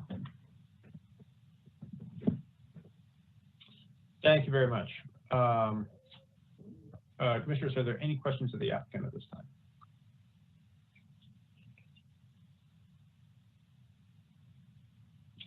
Seeing none, we'll move on to other testimony. First up is Morgan Lucier. Please press star 6 to unmute. Commissioner Marlowe.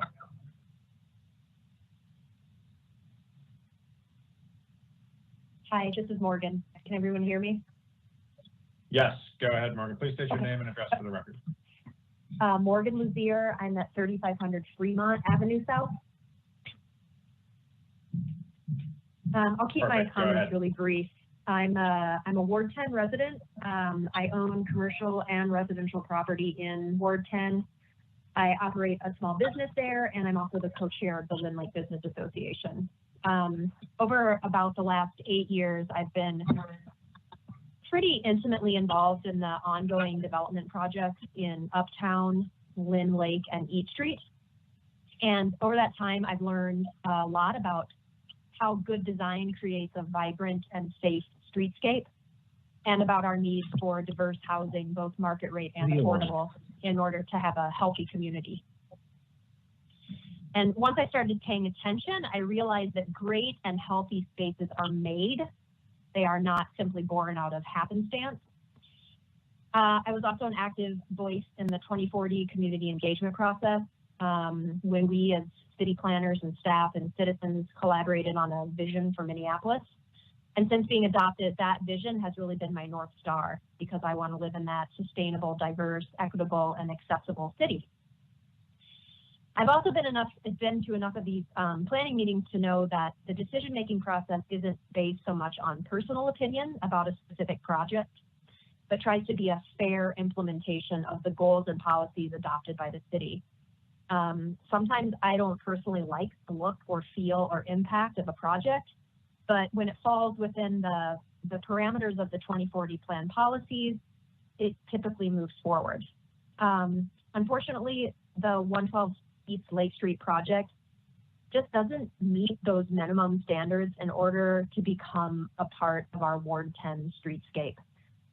I think Whittier Alliance did an amazing job of summarizing the specific 2040 plan policies that the project fails to meet, so I will not belabor it here, but I really encourage you to look at their letter and consider where the project falls short when you compare it to really like the amazing vision set forth by the 2040 plan that we adopted. And I would also add that, you know, the alleyways and sidewalks and the backs of buildings that we so often underdevelop or underdesign, those are the spaces between the places that can be activated and really make our city shine. And then finally, I'll just say that during COVID times, so few of us have the capacity to pay attention to these kinds of changes in our ward. So we really rely on you, the commissioners, to apply the policies that we set together during a different time when we had the luxury of open meetings and in-person dialogue. You know, the policies call for a built environment that supports a beautiful and vibrant and safe and diverse Minneapolis.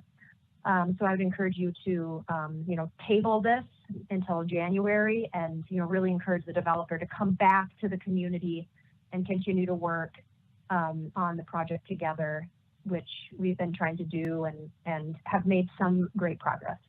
And that's it. Thank you so much. Thank you very much. Next up is Nicole Weiler. please press *6 to unmute.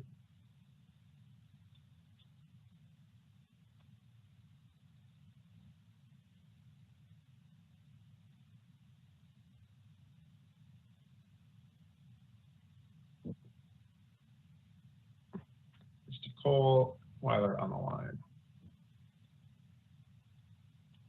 Hi, can you hear me? Yes, go ahead. Please state your name and Sorry address for the about that. record. Sorry about the delay. Yes. My That's name okay. is Nicole Weiler. I live at 2420 First Avenue South in Whittier. I'm also a member of the Whittier Housing Issues Committee, and I'm here to express some concern with the current proposal for this development at 112 East Lake Street. As you know, this parcel sits at the entrance of our neighborhood here in Whittier. It's directly adjacent to the 35W Transit Hub investment, and the new Lake Street entrance to the Greenway is less than a block away. While development may have been forced by the unrest, that doesn't change the fact that we really need to develop quality, inviting buildings that will influence this corridor for decades to come. And as the proposal currently stands, I firmly oppose this project. This project fails to deliver on goals of affordability, which is very important to our community. It fails to offer a mix of unit types and sizes. It really fails on environmental sustainability and our walkability goals, and puts a harsh facade as the welcome sign to our neighborhood. Given the city's millions of dollars spent to acquire this critical node and MnDOT's more than $150 million investment on the 35W Transit Access project, it would be an insult to that investment with this uninspired development. There are some low-cost changes that can make a real difference in the neighborhood, and it would make it more appealing to potential tenants, both retail and residential. The Whittier Alliance and the Housing Committee that I sit on have attempted to engage with the applicant to pass this information along, but community voices continue to be ignored and shut out. This is the meeting that Matt referenced, the designer, in his explanation, was a meeting that both the owner and designer chose not to attend. And this was the first time I've ever seen this happen since I joined the committee. Packet is not community engagement. I would urge Mr. Tyndall and his designers to consider that they need a greater understanding of what this community needs and the support required to make these changes. So I hope you're able to hear that through mine, Morgan's, and other folks' testimony today. I'm asking you to continue this application to your January meeting. Please direct the applicant to work with us, the community, on all things mentioned in the Whittier Alliance letter to the commission. Our committee can work quick with the applicant to ensure that there's no delays. And we really would love to come back to you in January with strong neighborhood support for the project. But as of now, I firmly disapprove of this project. Thank you. Thank you very much. Next up is George Rishmawi. George Rishmawi on the line.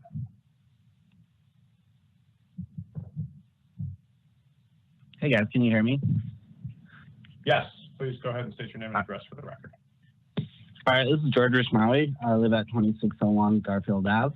I'm a Whittier resident, and I've lived here for coming on 2 years. I used to live in the Uptown area near, used to be formerly known as Calhoun Square. And I'm an architectural designer, and I have been involved in this Housing Issues Committee, and this project was proposed to us. And we believe that with slight, small adjustments, this project can be made really great for the client and for the owner and for the designer and for the community as a whole. I did share something. I'm not sure if you're able to share it with the committee, but a PDF of something that I had developed last weekend just to kind of get an idea of what it could possibly look like or what this development could be if they worked with us, the Whittier Alliance, to understand what we really want and some minor modifications of moving some materials around, coming from the architectural side and the design side of things that can help inspire this building to become a precedent-setting building. Are you able to see that document? I do not see it in our packet here. I just submitted it when I was. I just submitted it when I was signing up to speak. Got it. Andrew, is that something that you have?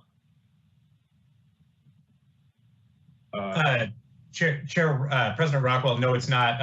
I believe that George is saying that he had submitted it through the form where you sign up to speak. I believe those end up with IT, but I do not have the document. Yeah.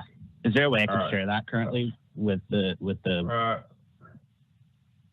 Well, we're trying to see if anybody's got it, or is there a way that we could have it emailed?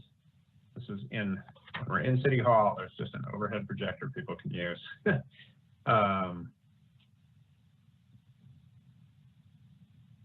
Is there a place it can get emailed to or anything to be shared during testimony?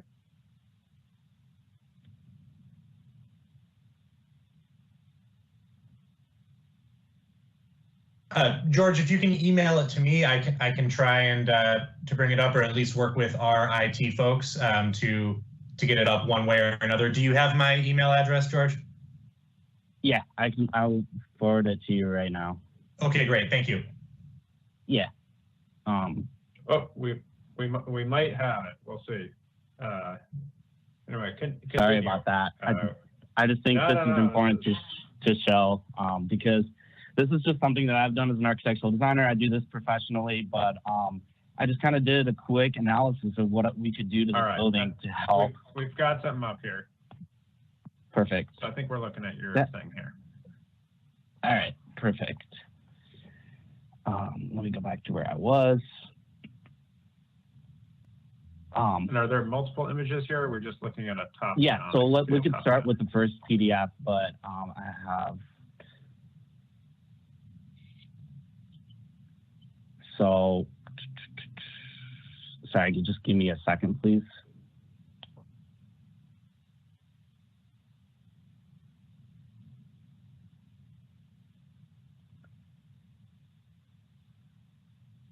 I can't find that.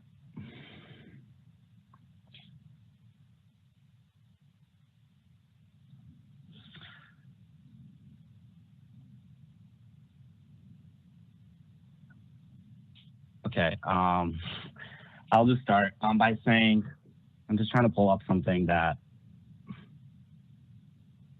was sent to me that I think is important to also be shared. Okay, so I just believe that this building, we can do better. And as a community, we want to help build an effective building. We want to work with the client. We want to work with the owner. We want to work with everybody engaged, all the stakeholders in this project. We just believe with small little adjustments that if they participated and actually collaborated with the Whittier Alliance, they would have a more successful building, and we would be definitely advocating for this building. We don't see a problem for this building being built. We actually want this building to be built. This is great for our community. This helps our communities tremendously, but it's that idea that we want the owners and the architects and the designers to be engaged with the community. As part of the 2040 plan, it states actively build the community's capacity to strengthen authentic engagement through neighborhood association and city advisory committees, and to facilitate meaningful resident, business owner, and property owner input into city policies, programs, and procedures. Right now, the applicant is engaging with us, and we need the Planning Commission's help to help us engage with the client. We believe that this is a really critical site for our neighborhood, architecturally and physically and emotionally. This space sets the tone for the pending redevelopment of this area of our neighborhood. And the Kmart site redevelopment that the city just purchased and is going to redevelop is right next door to the site, which you'll see in some of the imagery. And then the new 35 transit hub is right next door. We don't believe this building on the east facade should be treated as an alleyway at all. This building has parking lot next door, and I think it could set precedent for any future development. We don't want this type of development that's currently proposed to be the precedent of what the community wants to see for future development. This could be the precedent setting for a future Kmart site redevelopment and any of the buildings that were damaged during the unrest. And this is the first building to be redeveloped, and we want this to be great for everybody involved. There are modest low-cost changes that can make a real difference in the neighborhood, and that would make it a lot more appealing to potential tenants, as well as both retail and residential. And these proposals that I have shared with you, we'll start with the first page. These create a walkable, inviting, high-quality streetscape, and keeping in mind with the 2040 plan. But not only that, it also stays within the architect's proposed construction fees. This actually comes almost about the same cost as the currently proposed plan. But this idea that the design needs to be symmetrical is not true.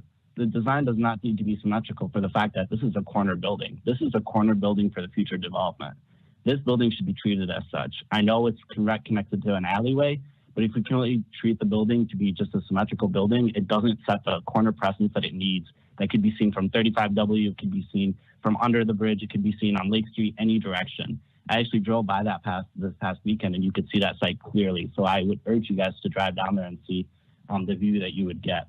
So the first page of the PDF on the left is the proposed plan by the architect at the time during our Whittier Alliance meeting. It had showed a bunch of parking on the north side, which I believe has been now changed to 4 parking stalls, which is great, and trash enclosure and the building footprint. On the right, something I rendered really quickly to understand what it could look like. And I kind of see this as having a little plant area, a tree. It will get sunlight. It is east facing, and the idea that this could be seen from the freeway. The stairwell jutting out of the building wasn't something that our community was all that happy about.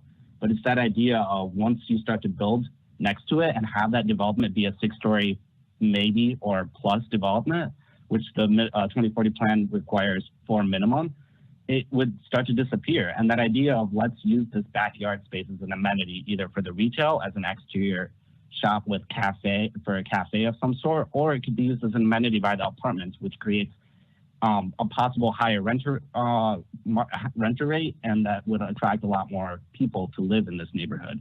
The proposed solution on the right in the image shows some outdoor seating, some outdoor lighting plays a huge role. A little canopy and just some lounge furniture that could be used either by the tenant on the first floor retail, or it could be used by the apartments. So in the south, facing Lake Street, we propose adding trees, which I believe that the architect has included, and adding some outdoor seating that could be just as simple as benches. And then let's go to the next PDF. On that page, on the left is you see what is proposed by the architect and the designer. And the idea that this building just does not fit within our neighborhood. This building is not for a big city like ours.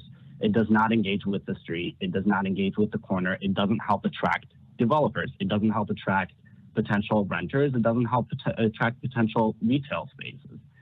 So what I'm proposing here on the right is to make less of a symmetrical building and create this new corner piece, this new precedent-setting building for our community. By proposing, yes, there will need to be some variances that will have to go through the planning office, but the idea is to create some sort of signage with lighting that could represent our neighborhood, like Nick and Lake. That's where our main intersection is. And adding a green wall that would help enhance that during the summer times, but also creating a better entry focal point, an idea of creating some little planters on the entryway, adding more glazing on the east facade for that retail space that would help attract more clients. If that space was to be used for a coffee shop, that would be a really nice seating area. And even though you're next to a parking lot, you're not really, because that whole area is going to be redeveloped at some point, and you get to start seeing the action of people using the transit center. And then simplifying the rest of the materiality. So related to cost, this does not cost any bit more than with the original design. The original design had brick as the ground floor material. I have removed that material and just reallocated where the material is being shown on the elevations. An idea, let's move that wood composite metal panel to this corner piece, and the rest of it be simple corrugated metal panel, which would help save tremendous amount of cost. I have added a concrete base at the east facade to help with that snow removal during the tough winters here in Minnesota. But also, the signage piece doesn't need to be so huge and dramatic. It's that simple signage. Let the building speak to the neighborhood. Don't let signage speak to the neighborhood. So you could see the top right image is a sunset rendering, and the lower right image is a daytime rendering of this. The back, the idea that the stairwell was jutting out was a huge down point within our community. Talks about this, and the idea is this could be seen from 35W going south. So the idea is let's turn that into a mural. The mural that the current architect is proposing is great. I would love to have that continue, but the idea that that will be developed at some point and that will be gone. Let's invest that money and create a mural on that stairwell and add more greenery in the back area, add little patio spaces I mentioned, add some lighting, and simplify the features on the facade. It doesn't need to be it doesn't need to have so much articulate detail. It's that idea of creating that corner presence and creating an inviting view for our community from the street level, from the freeway level, anywhere for the first development and precedent setting building of downtown, of the Whittier neighborhood. And then on this next slide is the top left view is the alley street view rendering at night, how it could be lit up. And then the front on the top right is the proposed design with the front street view rendering. And it's that idea of, if you can zoom in maybe to the top right view, is that idea of that retail sign can be just simple with backlit LEDs. The idea that the form itself helps invite people into the space. And then the apartment entry is more minimal and allows for those to be more private zone. You can see some street benching on there, some more landscaping, planters that are currently integrated next to the entryway, and larger glazing that would allow for more outdoor views. The bottom left image is an aerial view rendering of what it could look like from the corner, which you have seen in the other views. But it's that idea of, it's a simple movement of materials through design that would help make the design and enhance the design that would be recommended by the community, something that would add a green wall, add some signage, and make this a focal point and a precedent-setting building for our community. Sure, the building currently does meet all aspects of a code, but we don't see this as a building that will help attract potential tenants and potential of the apartments and of the retail. Go to the next slide. I just kind of put together some images of what it would look like going back 35W on the top left heading north. And it's that idea that this building is seen through the skyline, and that the idea that this building is important. And right now, the current proposed design is a blank wall on the east facade. That idea of adding some signage and wayfinding, adding a green wall, a mural will help with that.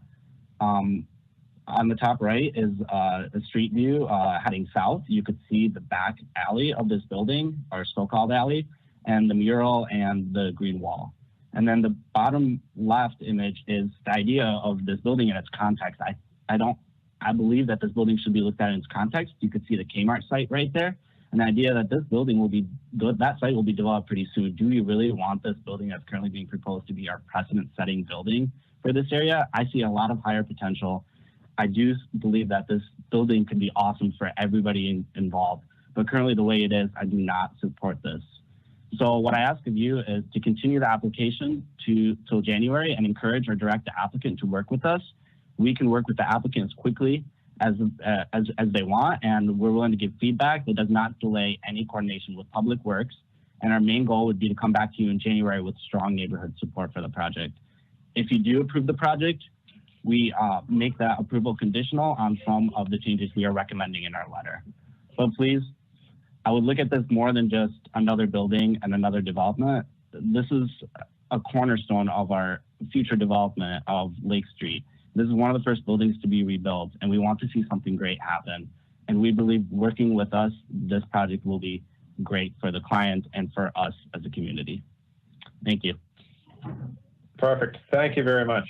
And thank you, IT, for facilitating the images. Next up is Kaylee Brown. Please press *6 to unmute.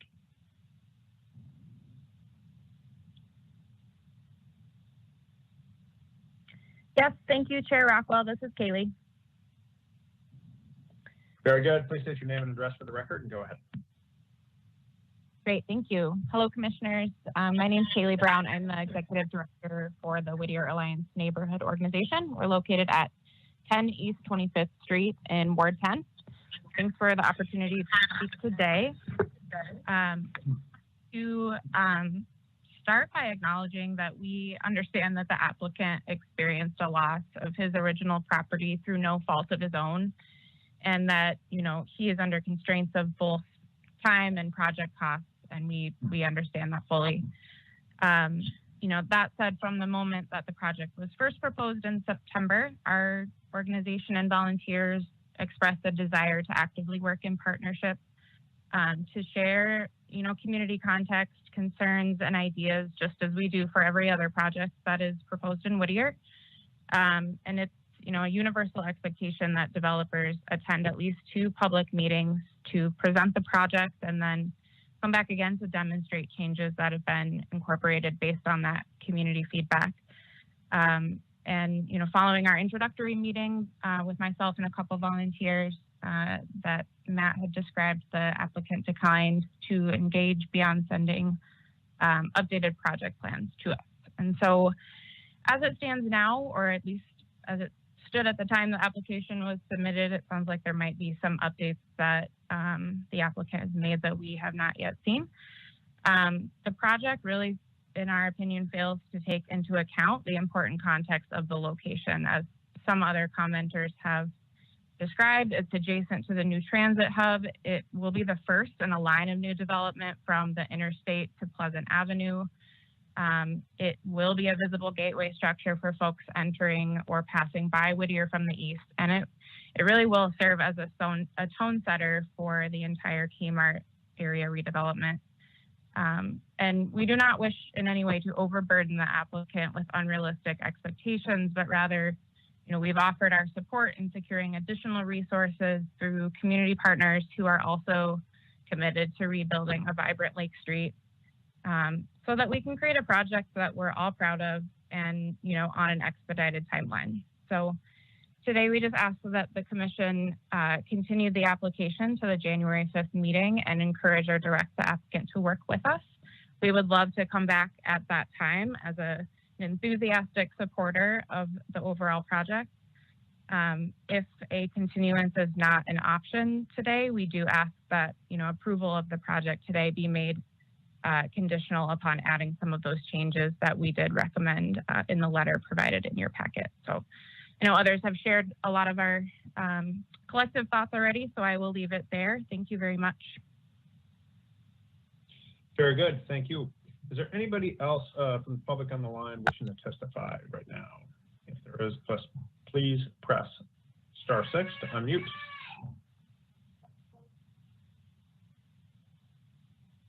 Meantime, we can all listen to my children yell in the background.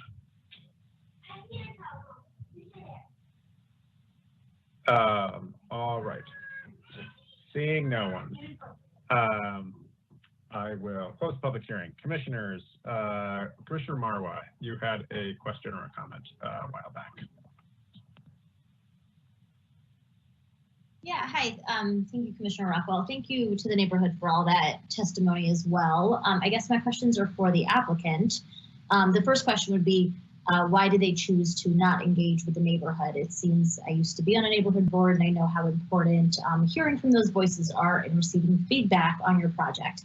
I do like this project. I think affordable housing here is really important, and the proposal that they brought forth is good, but I would like to understand, one, why they didn't engage with the neighborhood in the way that the Whittier Alliance has asked for. And then my second question, which was my first, the main question was just about the mural. I work a lot in public art and wanted to understand how that mural was planning to come to be. Is that in coordination with Lake Street? Is that in coordination with the neighborhood associations? What is the plan from the developer that mural, considering that the scale of it and the size of it is going to be really large? Thank you. Very good. A couple questions for the applicant. If the applicant could unmute and respond, that would be great. Oh, am I unmuted? You are, I hear you, so you're unmuted. Okay, thanks. Yeah, this is Matthew Barowie. I want to say thank you to the community group there, especially George. It's clear that you put a lot of time and effort into those concepts. And I think I'm definitely open. We're definitely open to re-looking at that if the design looks like something that the city would accept. Some of the things you are suggesting were previous versions of the design that had been changed per staff request. So we're kind of just need to know exactly who's making the call on what will be approved. But yeah, I think I agree. It doesn't look like it would really add much, if any, cost if we're able to kind of move some of that masonry around.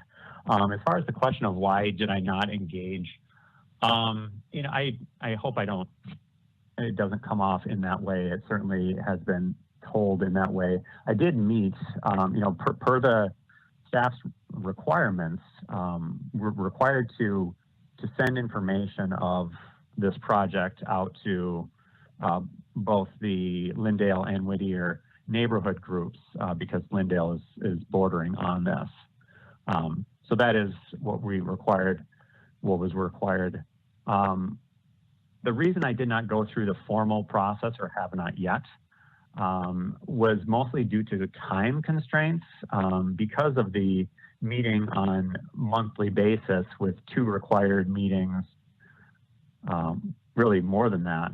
You're talking about an additional 60 days that's added to the timeline. The initial project timeline was intended to be construction documents over the course of the winter and then start construction in spring before April because due to this Lake Street redevelopment, any utility work needs to be done before that happens, or we're going to have all this new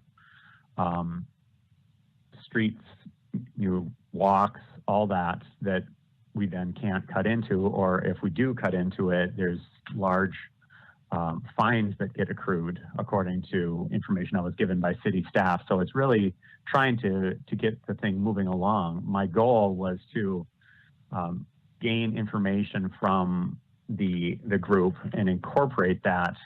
Unfortunately, it's really good to see the design how it is now. But in the very first meeting that I had, it was made clear that a 4-story building was not wanted. It was a 6-story building that was definitely as requested. So to me, that was really a deal breaker because, an additional 2 stories are not free. There's a lot of money that goes into adding another 2 stories. So it seemed to me like it was not going to be possible to get anything approved at just 4 stories. Now it looks like that's kind of softened a little bit, which is really good to see. But it didn't seem like realistic with any sort of budget that any development was going to be approved without really kind of throwing everything cost-wise at the project, including every sustainable thing you can think of: lots of glass, lots of metal, lots of brick, lots of lighting. It just seemed like they were really asking for everything, and it didn't seem realistic that the project that we had was more of a modest, handsome design was really going to fly. Now the one again that I see from George today seems a little bit more realistic. As far as the mural is concerned, I did not see the west elevation there from George's design, so I don't know if that's still included or how we handle that west wall. We'll have to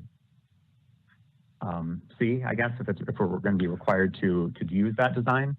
But hopefully that answers your questions. Thanks. Very good, thank you. Commissioner Smiley.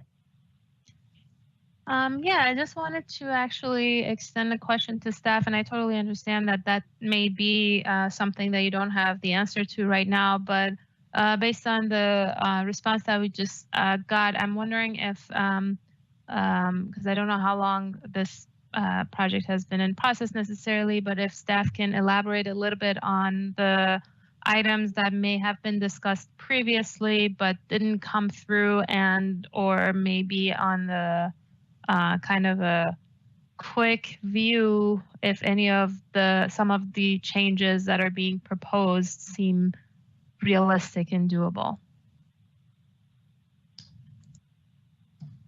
Certainly, President Rockwell and Commissioner Smiley. Through this process, Matt and I, Matt and the whole land use team, we've gone back and forth on the proposed design here several times, and the project that is before you today is substantially improved from what originally came in. There is significantly more window area. There are higher quality exterior materials. There are simplified exterior materials. That being said, you know, when we look at what George had proposed here, I obviously have not seen detailed scaled drawings of that. Looking at it, it looks like the signage would probably require some variances. That's not to say that those variances wouldn't be supportable. They may be supportable variances. This is a unique location that is very much an entry point to a neighborhood. So, sort of a place-making signage like that is not necessarily associated with a specific business, that we may be able to support signage variances for something like that. There may need to be some alternative compliance for materials. It looked like maybe the percentage of metal panels was increased with the removal of the brick. Probably the one concern that I would definitely have looking at that would be the use of metal panels and glass all the way down almost to the ground level, directly adjacent to the alley, and the long-term durability and maintenance of the metal panels and glass there, directly next to the alley. When we think about snow plows plowing the alley, that sort of thing, we as staff usually like to see a really durable material at the bottom, right next to an alley like that. But that would be a relatively minor change. Overall, I don't see a significant concern with the direction that George has proposed there. When it comes to timelines, this project could be continued 2 cycles and still remain within the regular 120-day review period that we have under state law. And I did just want to make one point of clarification. This project, as proposed, would not be subject to any affordability requirements. So the applicant has talked a little bit about affordability, but I think it is important to note that the project is not subject to any restrictions that would require that rents remain affordable as proposed. Very good. Thank you, Andrew. Commissioners, further questions, discussion?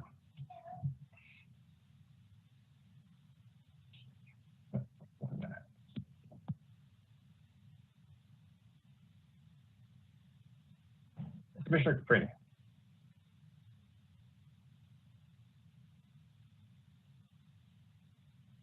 Hi.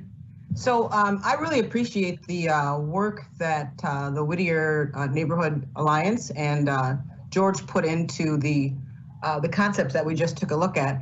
And just from my own opinion, I kind of prefer George's to the other. So I guess it's November 16th? Just to be able to give the 2 sides an opportunity to sit down and consider some of the changes. I don't think it's too much to ask to move it to January. Oh, I'm being asked a question, please. My camera is on. I can see myself. You can't see me? Can you see me, President Rockwell? Wait, I cannot, but we can hear you and okay, well, my camera is on. I don't That's understand. the most important thing. Okay, okay. So anyway, we can hear you. So yes. Okay, well then I've said enough. I've basically made my point that I don't see why we couldn't give them until January to have an opportunity to sit down and discuss the changes to the building. Thank you. Very good. Commissioner Caprini, that's just a discussion, or are you suggesting a motion with that? Yes, I am actually. Very good. So take that as a motion to continue the project to the, oh, your camera just came on, to the,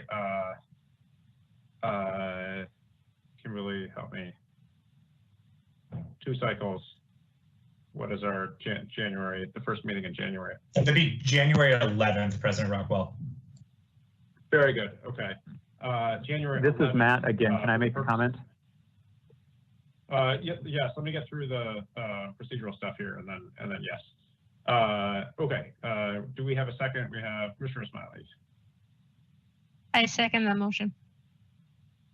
All right, yes, I'd ask the applicant to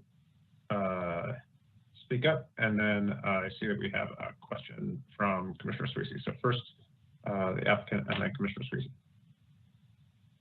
So if we do not get this project, the utility work, started before April, we will have to pay significantly more for the street repair, demolition, and reconstruction, because we will be destroying what will have just been added there. So moving it to January is putting I feel like an undue burden on the design team to get a whole set of construction documents before that date. So as you consider this motion, please keep that in mind. Thank you. I'm sorry, could you speak also, so there is an intervening commission meeting, which Andrew, help me out on this one too, I'm sorry. December 7th, President Rockwell? December 7th. So there's an intervening commission hearing on December 7th. Could you speak to the possibility, the applicant speak to the possibility of meeting construction document deadlines and of revising design documents by that timeline? Am I still unmuted? Just so we know. Yes, we can hear you. Well, we are optimistic that we'll be allowed to reinvest here, and if the commission requires that, we will be obliged to do that. Right. I'm just asking. You just voiced concern with the January meeting, and I wanted to offer you the opportunity to reflect on whether your stated burden would be materially changed if this were continued to the December meeting rather than the January meeting. Yes, that would give us one more month to work on the project. All right, Commissioner Squeezy, and then Kimberly. Yeah, my question for staff is, has the applicant complied in all respects with their application here in terms of timing and giving notice to everybody that they were required to give notice to? President Rockwell, Commissioner Sweezy, yes, the applicant met all of the minimum requirements for reaching out to the neighborhood group and council office. All right, and those are the same requirements that apply to anybody submitting an application before this body, is that right? That is correct. All right, then I may have more comments after Ms. Holeen, President Rockwell. Thank you. Very good. Kimberly, the floor is yours. Yes, and this may be obvious, but I just wanted to make the point that if the applicant were to make some revisions before the December 7th meeting, we would need time for staff to review those and make sure that there aren't additional applications that would need to be noticed. Right. No, I understand that would be a tight timeline to both have a neighborhood meeting and revise and reapply, as it were. Commissioner Sweezy. Yeah, thank you. Thank you again. I'm not going to be supporting the motion to continue this. I think we need to look at this in terms, this continuance motion in terms of the bigger picture of what this planning commission does and the expectations that the people have who come before it. So in the 5 years that I have been on this commission, I would venture a guess that well more than half of the projects that we see that have discussion in a public hearing fall into this category. And by that, I mean, there's often some dissatisfaction by members of the community or the neighborhood association or other people who don't like the project based on certain elements in particular of the design. And what happens is we have the public hearing and we hear from those parties, and we're supposed to hear from those parties and consider things. But the applicant, having complied with all the requirements that we put forth in our ordinances and our rules for our procedures, has met all those requirements. You're almost never going to see a project that comes before us that everybody in every constituency says, hey, that's great, I love it, I wouldn't make any changes to it.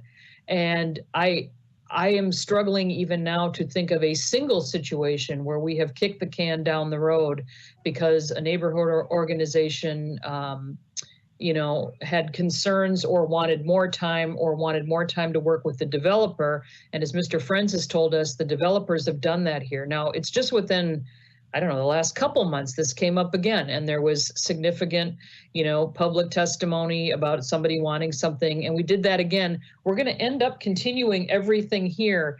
We have to make the decision based on the timing that we have. The people who submit the applications rely on that timing. I can see in the chat that a noticing deadline has already passed here, and there's a whole set of process and procedure that we follow. And we're going to hear, dissent and things like that. And if it's something that we're able to fix by an amendment to staff recommendations during the meeting, that's fine. But otherwise, I think we have an obligation here to handle these things as they're brought to us, particularly when everybody's given proper notice. Otherwise, if we start doing this with this project, we're going to have to do it every time another place wants, more discussion. So I'm not going to be able to support that here. I think while it might be, a nice thing to do, and it might be a good idea to have more comment, I just think in terms of our obligation here as a body, I think it's really the wrong way to go. Commissioner Meyer. Thank you. I agree with Commissioner Sweezy. I think, the neighborhood has, put forward a very constructive letter for the recommendations, and I think we should look at those recommendations and consider adopting some of them as conditions. But I don't want to set the type of precedent that Commissioner Sweezy described, where half of our agenda items get continued on a regular basis. So I think we should stick with the timeline that we have required, and they've met those requirements, so they should get an up or down vote on what they requested. Mr. Schrader. Thank you, Chair Rockwell. I will be supporting doing the continuance. I think the Commissioner Sweezy and Commissioner Meyer bring up very good points. I think the difference in dividing line here is two parts. Like first, that while the notice was given and that this application had the same amount of time as every other application, what the developer decides to do with that is key. And here we have a neighborhood group and neighborhoods saying, they did not engage. I'm hearing the same thing from other parts of the city as well. That if the developer is not willing to engage, a continuance might be the hint needed that more can be done. And then secondly, I think the willingness of the neighborhood organization to point out things that could be changed on the project, and it kind of has the sophistication to say, we know we're asking for a delay, and we are earnest in wanting to come together with some kind of compromise, which I think is shown here. Very good. Commissioners, further discussion?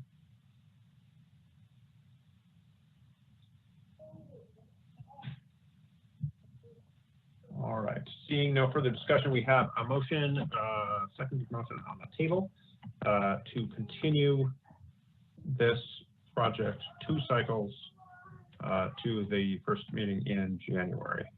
Clerk, please call the roll. Caprini? Aye. Smiley? Aye. Marwa? Aye. Meyer? No. Olson? No. Schrader? Aye. Sweezy? No. That's 4 yeses and 3 noes. That motion carries. This item will be continued to the January meeting. That concludes our business with item number 10. Next up is item 11, which is the LOA Phase 2 at 4120 Nowataha Boulevard in Ward 12, and Peter is staff.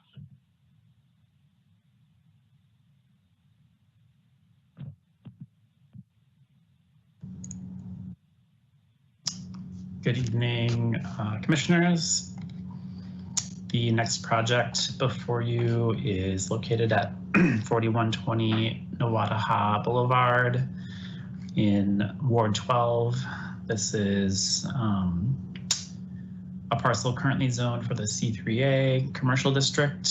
It is located 1 block to the west of Minnehaha Avenue and 1 block to the east of Hiawatha Avenue. We can go to the next slide.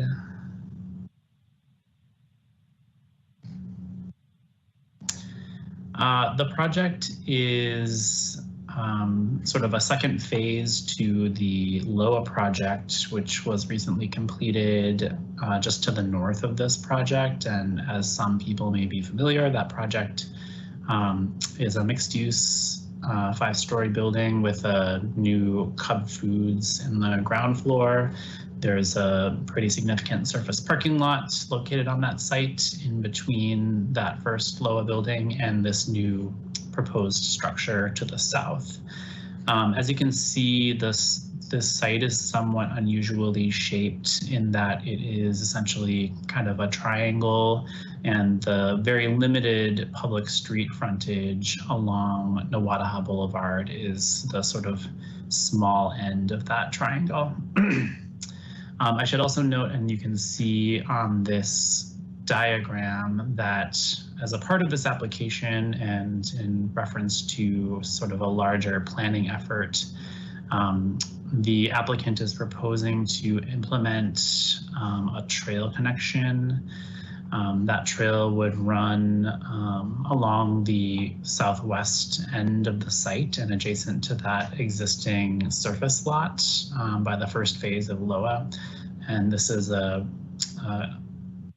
one phase of what is envisioned to be the Min Highline project. And I might ask the applicant to elaborate a little bit more about that. I'm super familiar with it, but it's a project that's been envisioned to run along the east side of Hiawatha, adjacent to that existing rail corridor, and this would be sort of one phase of that. So that is that gray strip that you see there, just to the left of the proposal. Next slide. And next slide. So this is the proposed site plan. And as you can see, the project, as I had mentioned before, has a very limited street frontage along Nowataha Boulevard to the south end of the site. There is a shared public alley along the east end of the site that would be used for access to the proposed surface parking lot on the right-hand side of the site. And then there would be a proposed vehicle access point off of Nowataha Boulevard for the structured parking that is a part of the project. I should mention, I guess, just generally that the applicant is proposing to construct a new 5-story residential building with 144 dwelling units. And there would be 1 level of underground parking and then some surface parking on the site just to the east of the building. Next slide, please. Again, this slide shows the proposal in relationship to that first phase of the LOA structure and shows that proposed shared use trail along the southwest end of the site. Next slide, please. And then a landscaping plan showing a little bit more of the detail. So the applicant is proposing several walk-up units adjacent to that shared use trail. And then at the front of the site, they are proposing a vehicle turnaround space. So the sort of white vehicle access point is the driveway to the underground garage, and then the hatched area would be sort of a Woonerf style vehicle turnaround space for drop-offs and deliveries, etc. Next slide. And another view of the site plan. Next slide. As I said, there was one level of underground structured parking. Next slide. And then the principal entrance to the residential building would be located along that Nawadaha building frontage. Next slide. And we can go to the last slide. So just the elevations showing the material palette, which is primarily brick, metal panel, and fiber cement.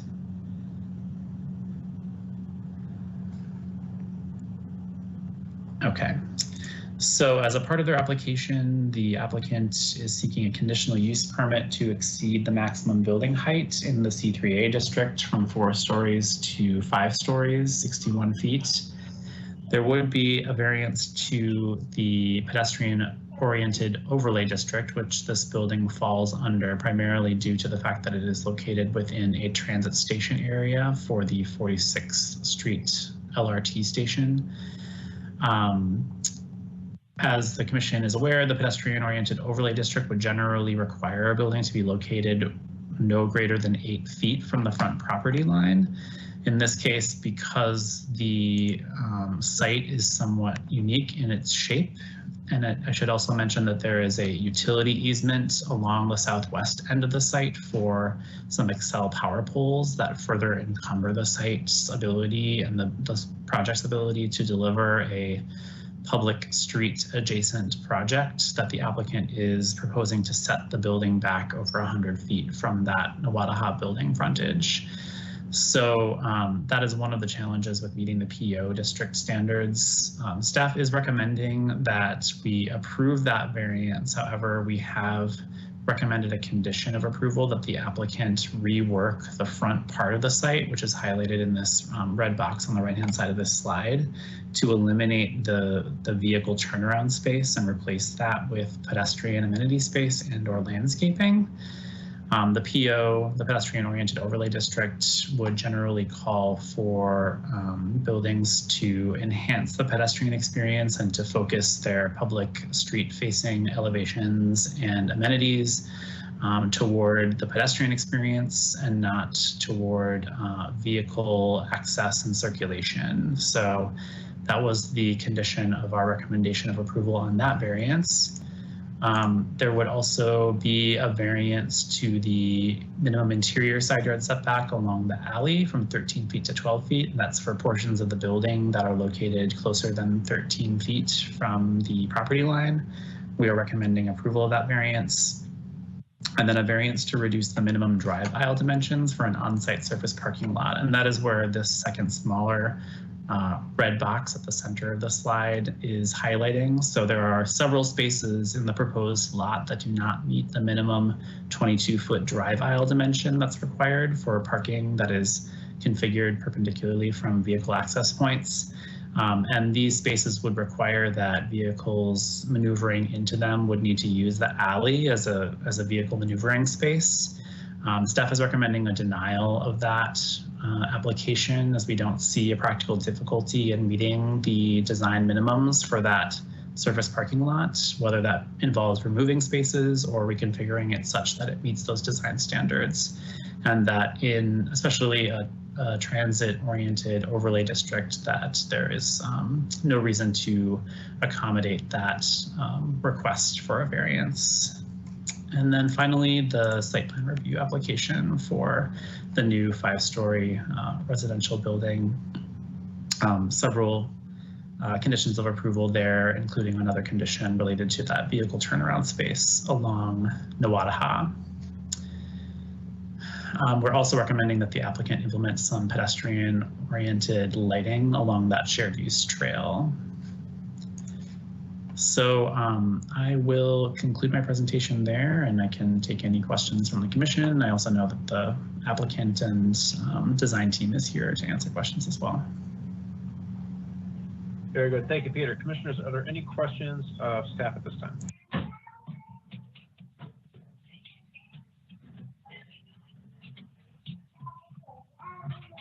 All right, seeing none, I will open the public hearing and ask the applicant team to introduce themselves and add any further context that you wish.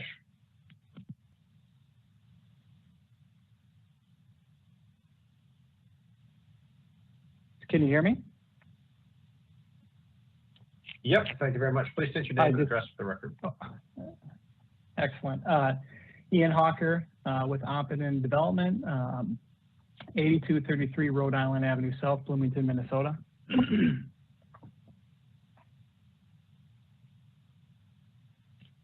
Excellent. So thanks, Peter, for the kind of overview of the project and the introduction as well. And thanks, members of the Planning Commission as well. I'd like to just address a couple things in regards to this project. From Oppenheimer's standpoint, I've got Ben Johnson, our civil engineer, with Kimley Horn on the line as well. I also have Mike Critch with BKV Architects, the lead architect for this project, on the line too. And then Drew Johnson, who is the lead developer on phase 1 and then also integral for phase 2 here on this project that you guys are looking at, is on the line as well to answer questions. From Oppenheimer's standpoint, we're very excited about this project.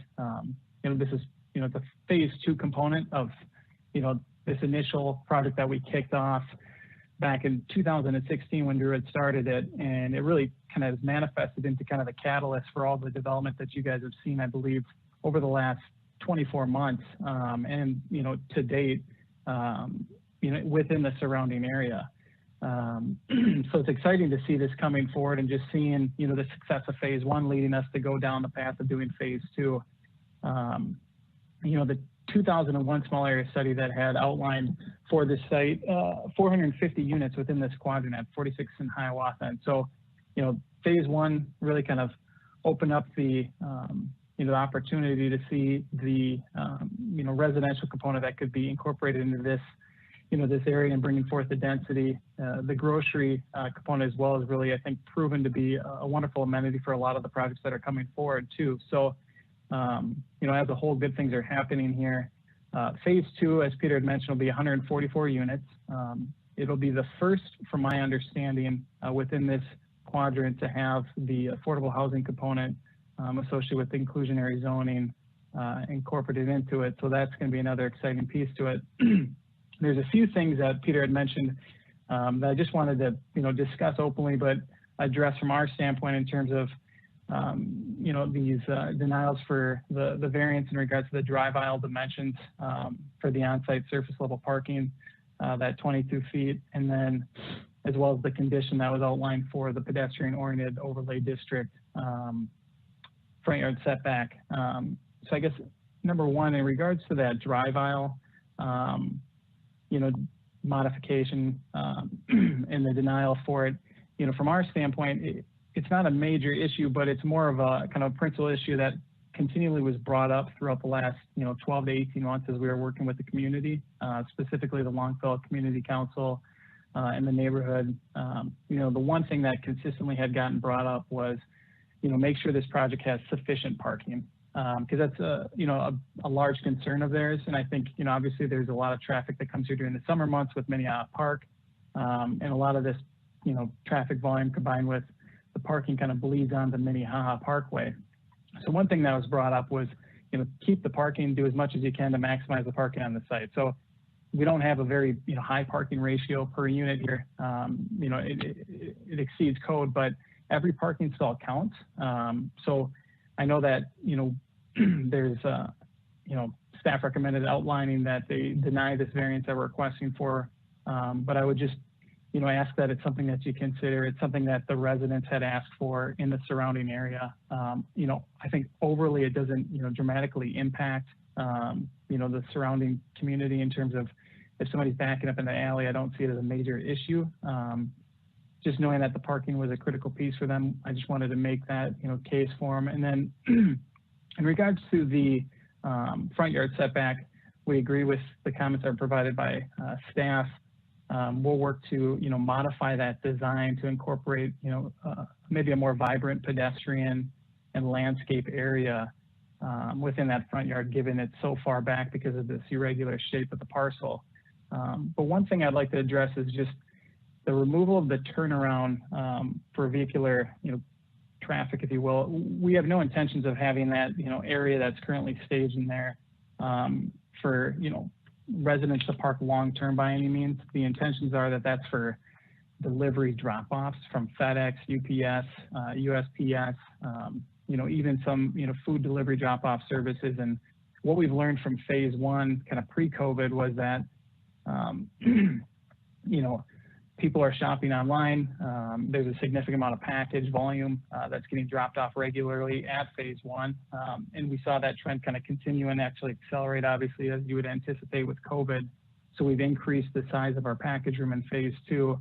But having convenient access for FedEx, UPS, USPS, and so on and so forth is critical, just so they can drop off the packages. They're going to only be there for 30 minutes plus or minus. But if they have to walk from Nawadaha and block traffic on that street, 150 feet with, a dolly full of packages, it just feels like an inconvenient step for them to have to take. And so this is purely from an operational standpoint that we'd ask that we could maybe modify that condition to state something to the effect that, we would modify the proposed vehicle turnaround and replace it with a pedestrian space and or landscape area that can be accessible by vehicle and delivery truck. There's the average FedEx truck, I want to say, is 10 feet by 22 feet. And, Nawadaha is about a 32-foot wide road. So, if we park a FedEx truck in front of our front yard, they're going to take up one of the lanes of traffic. And with the new project that's going forward with Boyd or Walton and that turn as traffic is heading either north or southbound on Nawadaha, I think it actually could create more havoc without having a spot for those delivery truck drivers to drop off packages. So if we can get them off the street, I think that, functionally is better for the purpose of dropping off the package, but also from eliminating any sort of safety issues that could arise from it. So if there are any other questions, that was just kind of an overview of what our thoughts were based on the staff report and something we've kind of talked back and forth with Peter on. Like I said, I have the civil engineer here, the architect, and the other developer as well. So I'll leave it there and open it up. Very good. Thank you very much. Are there any questions of the applicant at this time?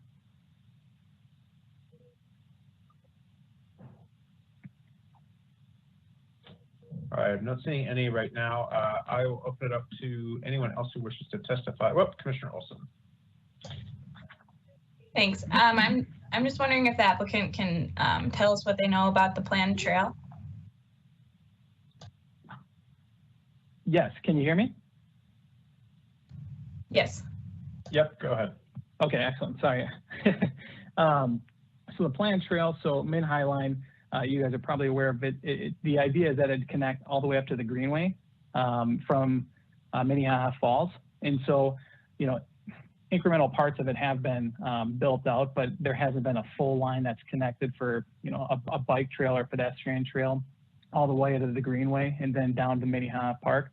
But from the Mid-High Line, our proposal is to connect that. This is a part of phase one and part of the small area study to create a much more kind of dynamic, fluid pedestrian connection point from the light rail station at 46 and Hiawatha. So we're going to actually take, we're going to build the trail, which would be just to the, I guess, on the west side of our building, underneath the power lines on the city's property. And we'll build and construct that from 46 all the way down to Nawadaha. So it'll provide a better connection point for people getting off the light rail station and heading to Minnehaha Park and then vice versa.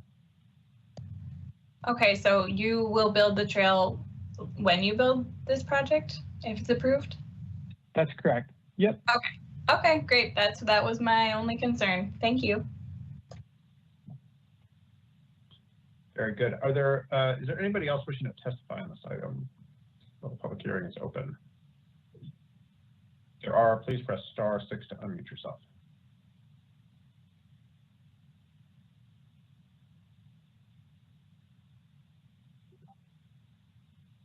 All right, hearing nobody, I will close the public hearing.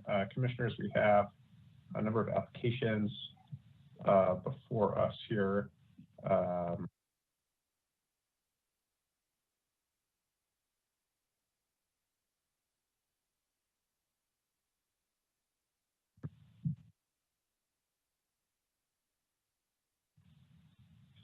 Commissioner Meyer.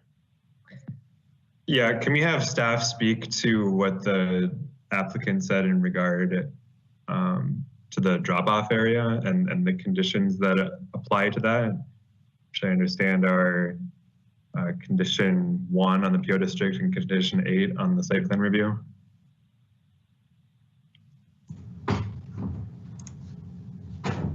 Yes, sorry, Commissioner Meyer, did you have a specific question related to those conditions?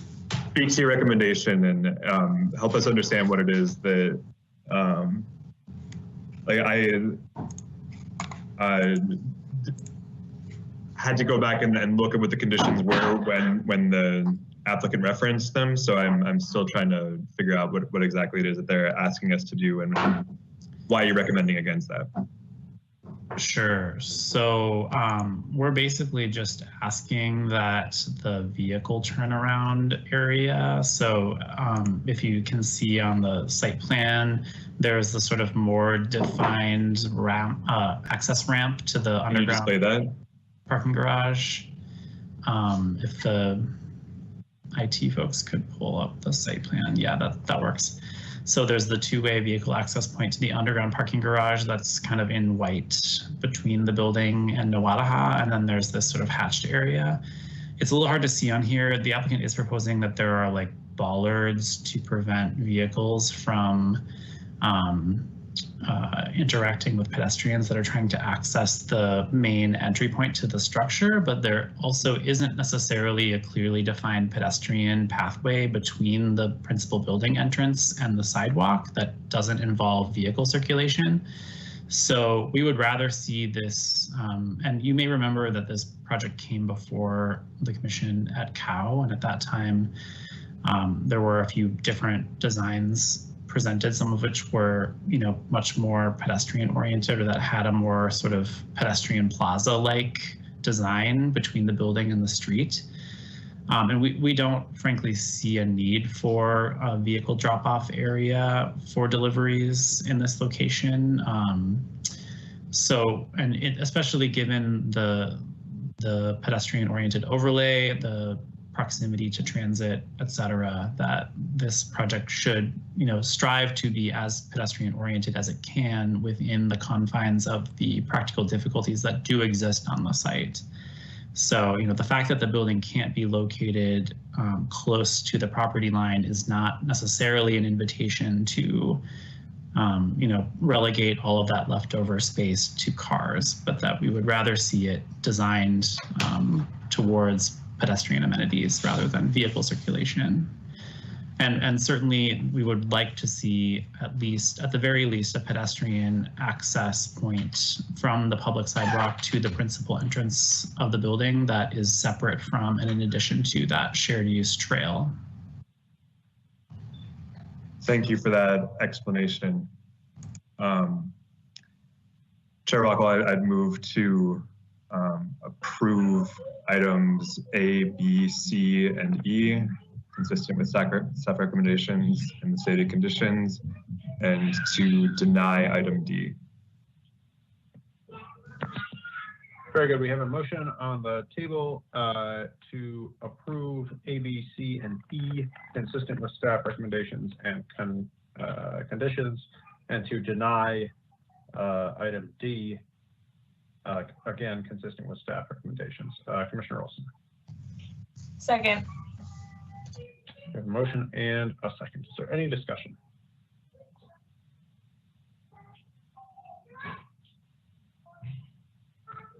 I will say, you know, in terms of the turnaround area,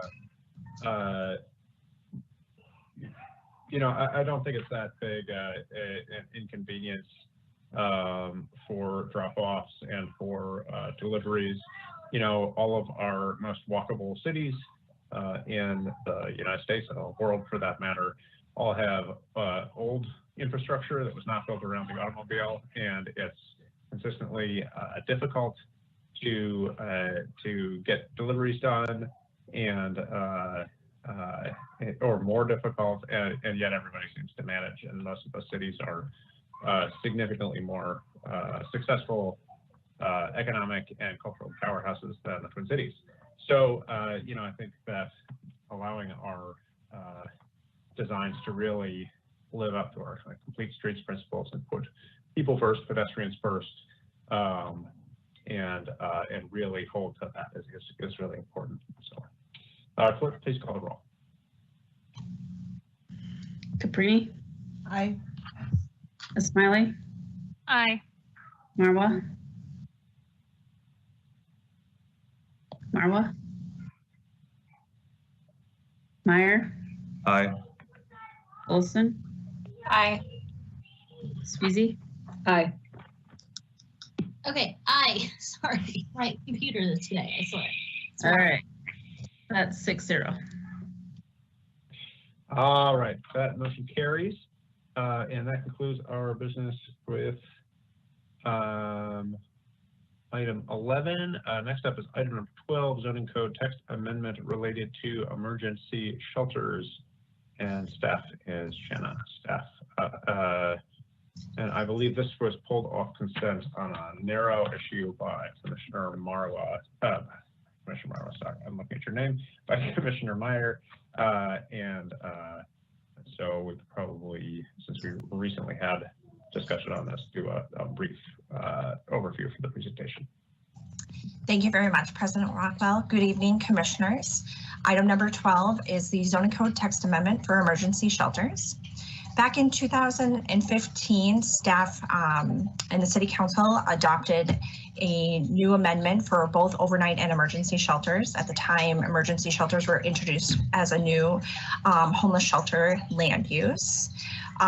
Emergency and overnight shelters differ based on duration of stay. So an overnight shelter, the expected duration of stay is 24 hours or less. An emergency shelter, as currently defined, are stays greater than 24 hours, but less than 30 days. So as I mentioned, that land use was introduced in 2015, and since then, staff has had numerous requests for to review new shelter locations for existing operators and new operators. And we bumped up against some of the regulations being too strict, which is creating barriers for opening new homeless shelters. Staff is recommending a number of improvements to the existing ordinance to remove some of those barriers or reduce them at least, and to allow for more shelters. So the text amendments were introduced by council members Gordon and Schrader and referred to staff. Amber Turnquist, who is also staff on the text amendment, and I held a stakeholder engagement meeting last week, Tuesday, to get additional feedback. So staff is recommending a number of changes. First is the definition of emergency shelters to change that duration of stay to extend beyond 30 days and up to 6 months. Staff is recommending that we reduce the spacing requirement from 1,000 feet from existing shelters. So right now shelters are required to be at least 1,000 feet from existing overnight or emergency shelters. So again, staff for emergency shelters is recommending that be reduced to 350 feet. Staff is also recommending changing the occupancy maximums based on calculations to allow for reuse of existing institutional buildings, for example, in low density districts, but then still allow for smaller shelters to occur in a single family dwelling, for example. In medium density districts, we're recommending 325 square feet of lot area per bed. So that's again a density requirement. In the lowest density districts, R1, R1A, R2, and R2B, 750 square feet per bed. And then in the other highest density districts, not limiting the number of beds based on a maximum occupancy in a zoning district, but instead what could be allowed per the building code and the health code. Emergency shelters are regulated through additional reviews through the building code, through a code analysis, through either a building permit or new construction. And then also all emergency shelters are required to obtain an annual license from the health department from the city of Minneapolis. Let's see. Staff is recommending a minor amendment to remove The waiting area and emergency shelter is intended to be open 24 hours a day, so we felt that the waiting area didn't really make sense. And then finally, staff is recommending allowing emergency shelters as a principal use in the light industrial I1 and medium industrial districts I2. Staff in consultation with the city attorney's office had conversations about the conditional use permit as a tool to evaluate emergency shelters in industrial districts and being able to utilize policies within the comprehensive plan. So for example, where in a production and processing future land use category, residential uses are prohibited, and staff would be able to use that as a tool to recommend denial in those circumstances, and therefore felt comfortable recommending a conditional use permit in the I1 and the I2 districts. A copy of the ordinance was included in your packet today, and Amber and I would be happy to answer any questions. Very good. Commissioners, are there any questions of staff at this time? Commissioner Meyer. Does the change in definition make it more flexible or less flexible? What is the intent behind that? Thank you, Commissioner Meyer. The change in definition allows more flexibility. Particularly recently, due to COVID response, we've had a couple of shelter operators ask for longer duration of stay to allow for that population that are currently being held in, or currently being living in the shelter, to be able to stay for longer periods of time. So you don't have as many people transitioning in and out of shelter. So it is to allow for more flexibility. Originally, we had landed on 30 days based on our understanding of what the practice was with a number of shelters. But as it turns out, those stays can be extended with some of the other existing shelters, and we understand that the current practice does allow for a longer duration of stay. During our stakeholder engagement meeting last Tuesday, there wasn't a strong consensus one way or another, but certainly longer duration of time does allow for greater flexibility. Okay, well, yeah, I was just checking on that because I don't want to be like inadvertently defining, longer stay places as emergency shelter, which would then be subject to these tougher restrictions. So just wanted to make sure that that wasn't happening. The second question, this is for number 4. So the change, we'll get rid of the waiting area and have a minimum lot area of 750 square feet per bed shall be provided in R1, R1A, R2. And that just seems like a lot to me, and I was wondering if you could speak to that minimum lot area requirement. Sure. So as a guide, we took a look at some of the existing regulations for the intentional community cluster development, who similarly that land use is intended to provide housing type for people who would otherwise be experiencing homelessness. So that was kind of where we started out as the base. We looked at the existing regulations, which allow for 6 people in the R1, R1A, R2, R2B districts. And if you take the average lot area of 5,000 square feet and divide by 750, you get 6.6 beds. So we didn't want to be more restrictive, of course, than the existing ordinance, but then it would also allow for conversion of an existing property. So staff had evaluated a proposed emergency shelter earlier this year that had a site that was just over an acre, and the recommendation or the request was for up to 50 individuals. And so I believe the bed count per acre is about 58 beds per acre. So that would be consistent with one of the more recent shelters that we had seen. Okay. So it's 750 square feet if you have the lower density ones, and then it's just 325 square feet if it's R3, R4, or OR1 districts. And it just seems to me like it should be like that we should lower that 750 square feet to the 325 square feet. I mean, it seems like, if that's how much space you need to have in order for it to be, an appropriate amount for someone to stay in. If it's R4, then we should apply that to R1, R2 as well. That's my opinion on that.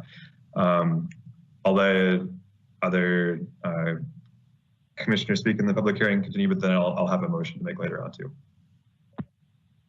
Very good. Thank you, Commissioner Meyer.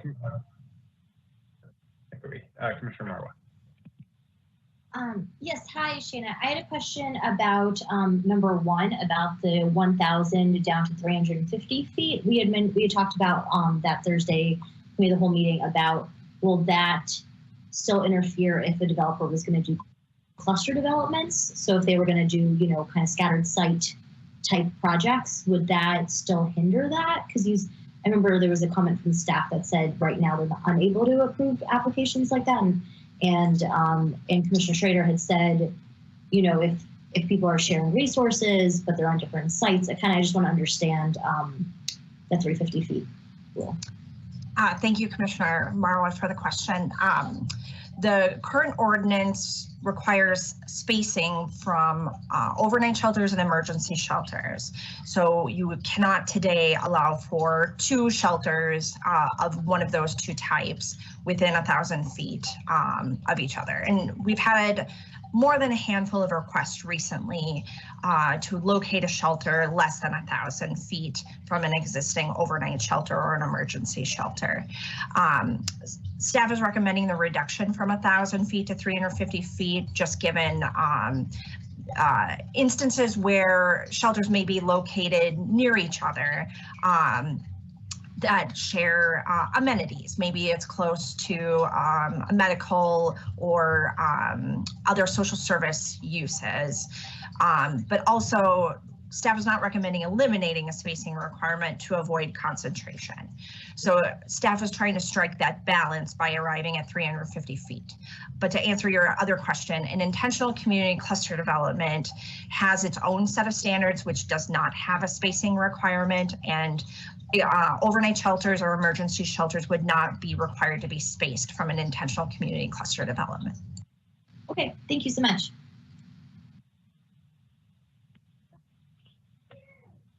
Are there any further questions or discussion?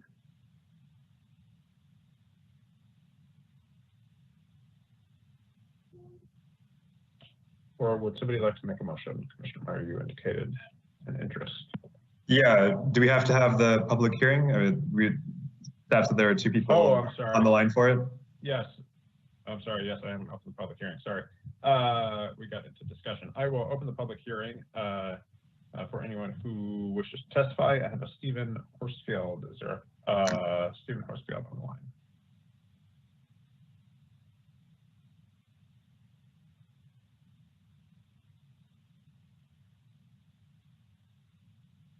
Press *6 to unmute yourself. Or Michael Huffman. This is Mike. Can you hear me? Yes. Please state your name and address for the record. Sure. My name is Michael Huffman. I live at 655 Jackson Street, Northeast in St. Anthony East. Good evening. I also work for St. Stephen's Human Services located in Whittier as the Director of Outreach and Shelter. In my role, I have routinely been challenged by zoning restrictions that limit our ability to support the shelter offerings within the city of Minneapolis.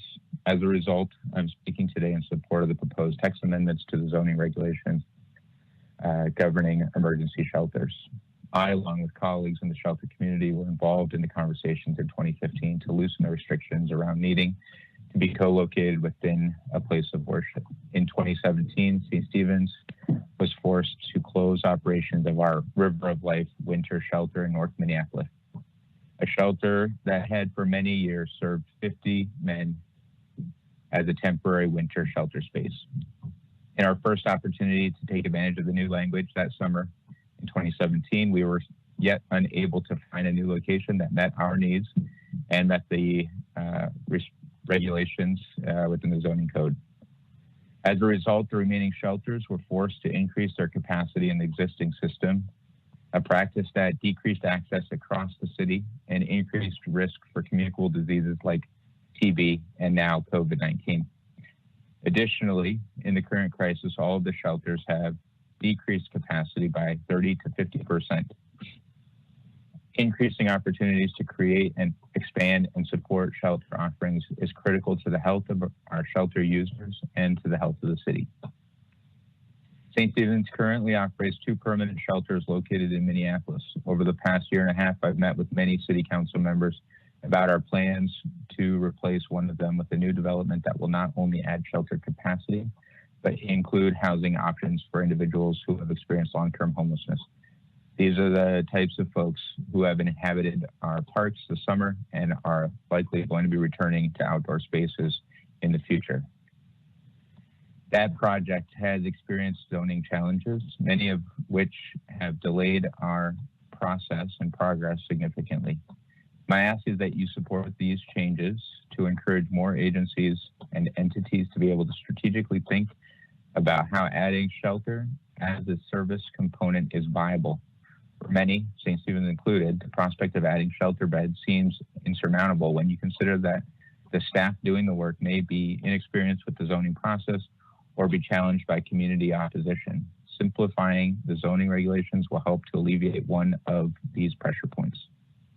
Too often in the past few years, we've seen funding made available when folks at various levels of government recognize that winter is fast approaching, but shelter providers have typically been unable to take advantage of the opportunity to add shelter capacity in any meaningful way because of the costs and the zoning risk to finding a suitable shelter space, which are often prohibitive to even kind of consider.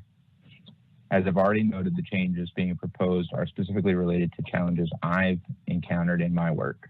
Current housing market limitations mean that shelters are serving as temporary or transitional spaces and not as emergency shelters were initially intended or designed. Our participants are having to spend much more than 30 days in the same shelter space. In a typical year, St. Stephen's fundraises for more than 50% of our shelter budget of $1.2 million annually. With the bulk of these expenses going towards staffing costs, we know that having a lower staff to client ratio means staff and clients are safer and more effective in getting movement out of shelters to more stable situations. Limiting the number of clients, however, makes the cost to staff a shelter too high currently, particularly when there's limited public funding. Increasing location options by reducing the distance between shelters and adding I-1 and I-2 will mean more opportunities and expanding areas within the city. In my experience, shelters are an asset to the community, and the folks it serves are more often than not members of that same community. I implore you to maximize opportunities to site shelter, let shelter providers determine what will work in terms of access to transportation, proximity to services, and other shelters. Moving and siting shelter is not an easy task, as I've noted previously, and I can assure you that no shelter provider would choose intentionally to concentrate shelters in a location unless other options were not available. I have had to decline an option specifically because of the current distance requirement, as Shannon noted. If we want to work towards having a meaningful impact on the current unsheltered population, who, as you also likely know, are disproportionately communities of color and far too often bear the brunt of either not enough or the wrong types of shelter, then I would ask that you support these changes also. Thank you for your time. Thank you very much. Is there a Stephen Horsfield on the line, or is there anybody else wishing to testify? Press *6 to unmute.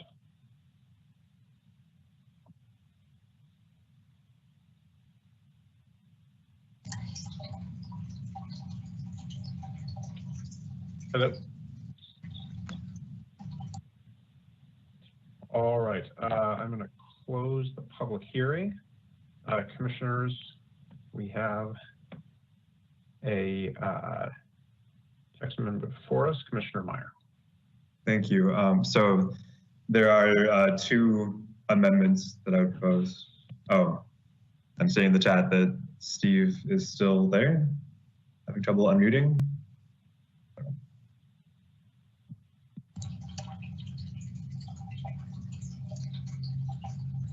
Is it possible to have one of the IT staff help Steve unmute by chance? I think folks need to do it themselves. If he's still on the line, checking his own device, *6 to unmute. People are often also muted on their own device as well. If you'd like, I can speak to my motions while we're waiting for Steve to. Sure. Thank you. So as I stated previously, I think that whatever threshold we set for what is the necessary amount of space to provide for someone should be consistent, whether you're in R1 or R3. So the first of my amendments would be to set the minimum lot area at 325 square feet for R1, R1A, R2, and R2B. So that'd be consistent with the rest of them. The second one. And to clarify, that's the minimum lot area per bed, right? Yes, minimum lot area per bed. So this is item number 4. So the minimum lot area per bed that staff is recommending for R3, R4, and OR1 districts is 325 feet. And the intent of my motion is to make it consistent so that all of the listed zonings are at the same rate. So that's the first one. And then the second one would be to eliminate the distance requirement. I appreciate that staff has recommended bringing it down from 1,000 feet to 350 feet. I think that will make a big difference, but I think we should eliminate it altogether. I think that there are a lot of circumstances where a proposal might be made next door or across the street, and we should allow for those. I feel like the distance requirement treats the shelters as though they're a nuisance when they're really an important public service that we need more of, and I want to enable them whenever we can. So those are the two that I'd like to make. Sounds like Steve is no longer on the line. So I'll go forward with the first of my 2 proposals. I move to amend the minimum lot area to 325 feet per bed for R1, R1A, R2, and R2B districts. Very good. We have a motion to bring all of the minimum lot area requirements to 325 square feet per bed. Commissioner Olson. Second. We have a motion and a second. Is there any further discussion on this motion? Seeing none, clerk, please call the roll.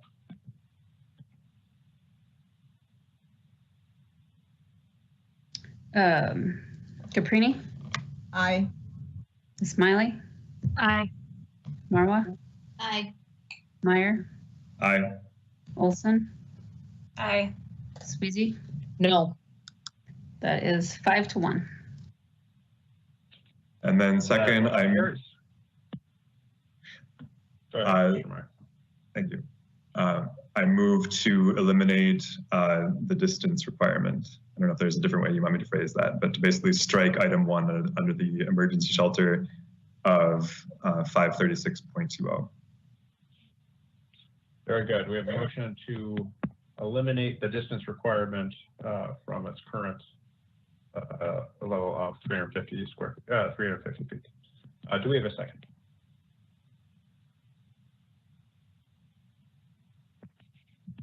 Second, Marwa. All right, we have a motion and a second to eliminate the spacing requirement between shelters. Is there any further discussion? Can I ask staff a question on that as well? I had a question about Absolutely. The spacing requirement. When you had your discussion with the developers around it, was there any proponents of keeping that spacing requirement from the development side of wanting to make these shelters? Thank you again for the question, Commissioner Marwa.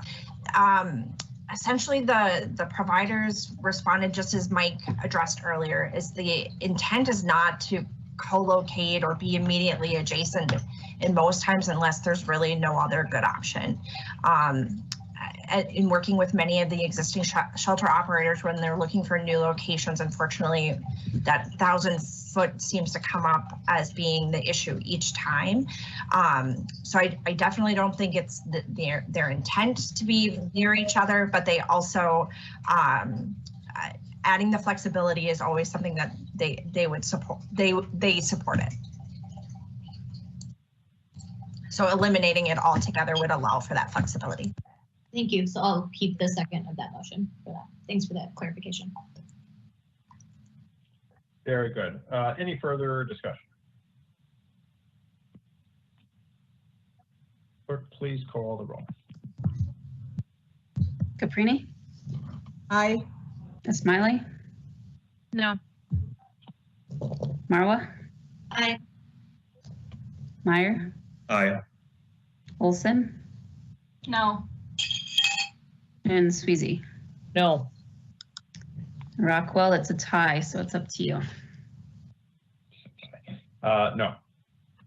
So that is 3 yeses and 4 nos. That motion fails. And Commissioners, are there any further suggested amendments to this text amendment before looking for a recommend the text amendment with the adjustment to the minimum lot area for that?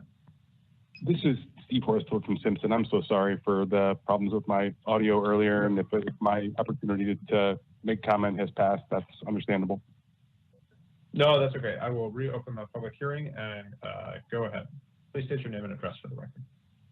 Thank you very much. My name is Steve Horsfield. I'm Executive Director with Simpson Housing Services at 2100 Pillsbury Avenue in Minneapolis. And Mike Huffman did a nice job of speaking to the issues. And so I'll keep my comments very brief, simply to say that we are absolutely in support of this text amendment. In particular, this supports this amendment makes the path forward for the Indoor Villages project more straightforward and streamlined, which is an important project in our community, and we'll get 100 people indoors in a new design for how we handle crisis housing in Minneapolis. We're excited about that. In general, this reduces barriers to new shelter operations, as was previously discussed. And finally, the zoning language changes that are being made, specifically as it relates to length of stay, really allows us to have our zoning language more accurately reflect the way that our shelters actually operate. And I respectfully appreciate your consideration. Thank you. Very good. Thank you very much. Would somebody like to make a motion to recommend the shelter ordinance as amended, the emergency shelter ordinance as amended to the City Council? So moved, Mayor. We have a motion. Do we have a second? Commissioner Smiley. Second. We have a motion and a second. Any further discussion? Clerk, please call the roll. Caprini? Aye. Smiley? Aye. Sorry, there's a Commissioner Sweezy, if you want to make a comment on your vote. No, that's okay. I'll waive it. Thanks. Oh, very good. Okay. Sorry, sorry, Lisa. That's okay. Marwa? Aye. And I wanted to thank staff for all their work on this. Meyer? Aye. Olson? Aye. And Sweezy? No. So that's 5-1. Commissioner Sweezy. Oh, I was just going to say I could just explain the reason. Let me turn my camera on here. Just to explain the reason for my no vote on that. It's not that I don't support the idea. It's just, as I said at the committee of the whole, I think I supported the recommendations of staff here, and it was because of the addition of the amendment that I could not support the zoning code text amendment as we have voted to pass it on. Thank you for the opportunity to add that comment. Very good. Perfect. Thank you, Commissioner Sweezy. Thank you again, staff and commissioners. That is our last item. Kimberly, are there any updates from staff before we adjourn? I will be brief. We do have one additional appeal that's being considered tomorrow by the Biz Committee of the City Council. That is an appeal of the conditional use permit and variance applications for the proposed project at 4207 Nicollet Avenue. So that will be considered tomorrow at 1:30 by the Biz Committee. And I do not have anything else other than to say thank you for just sticking it out with these long meetings, including the additional meeting last week. All of you planning commissioners have put in a lot of time over the last couple of months, and we really appreciate it. So thank you. This is where we get to brag about being planning commissioners in these long meetings. Thank you, everybody. Echo Kimberly's comments, and meeting is adjourned.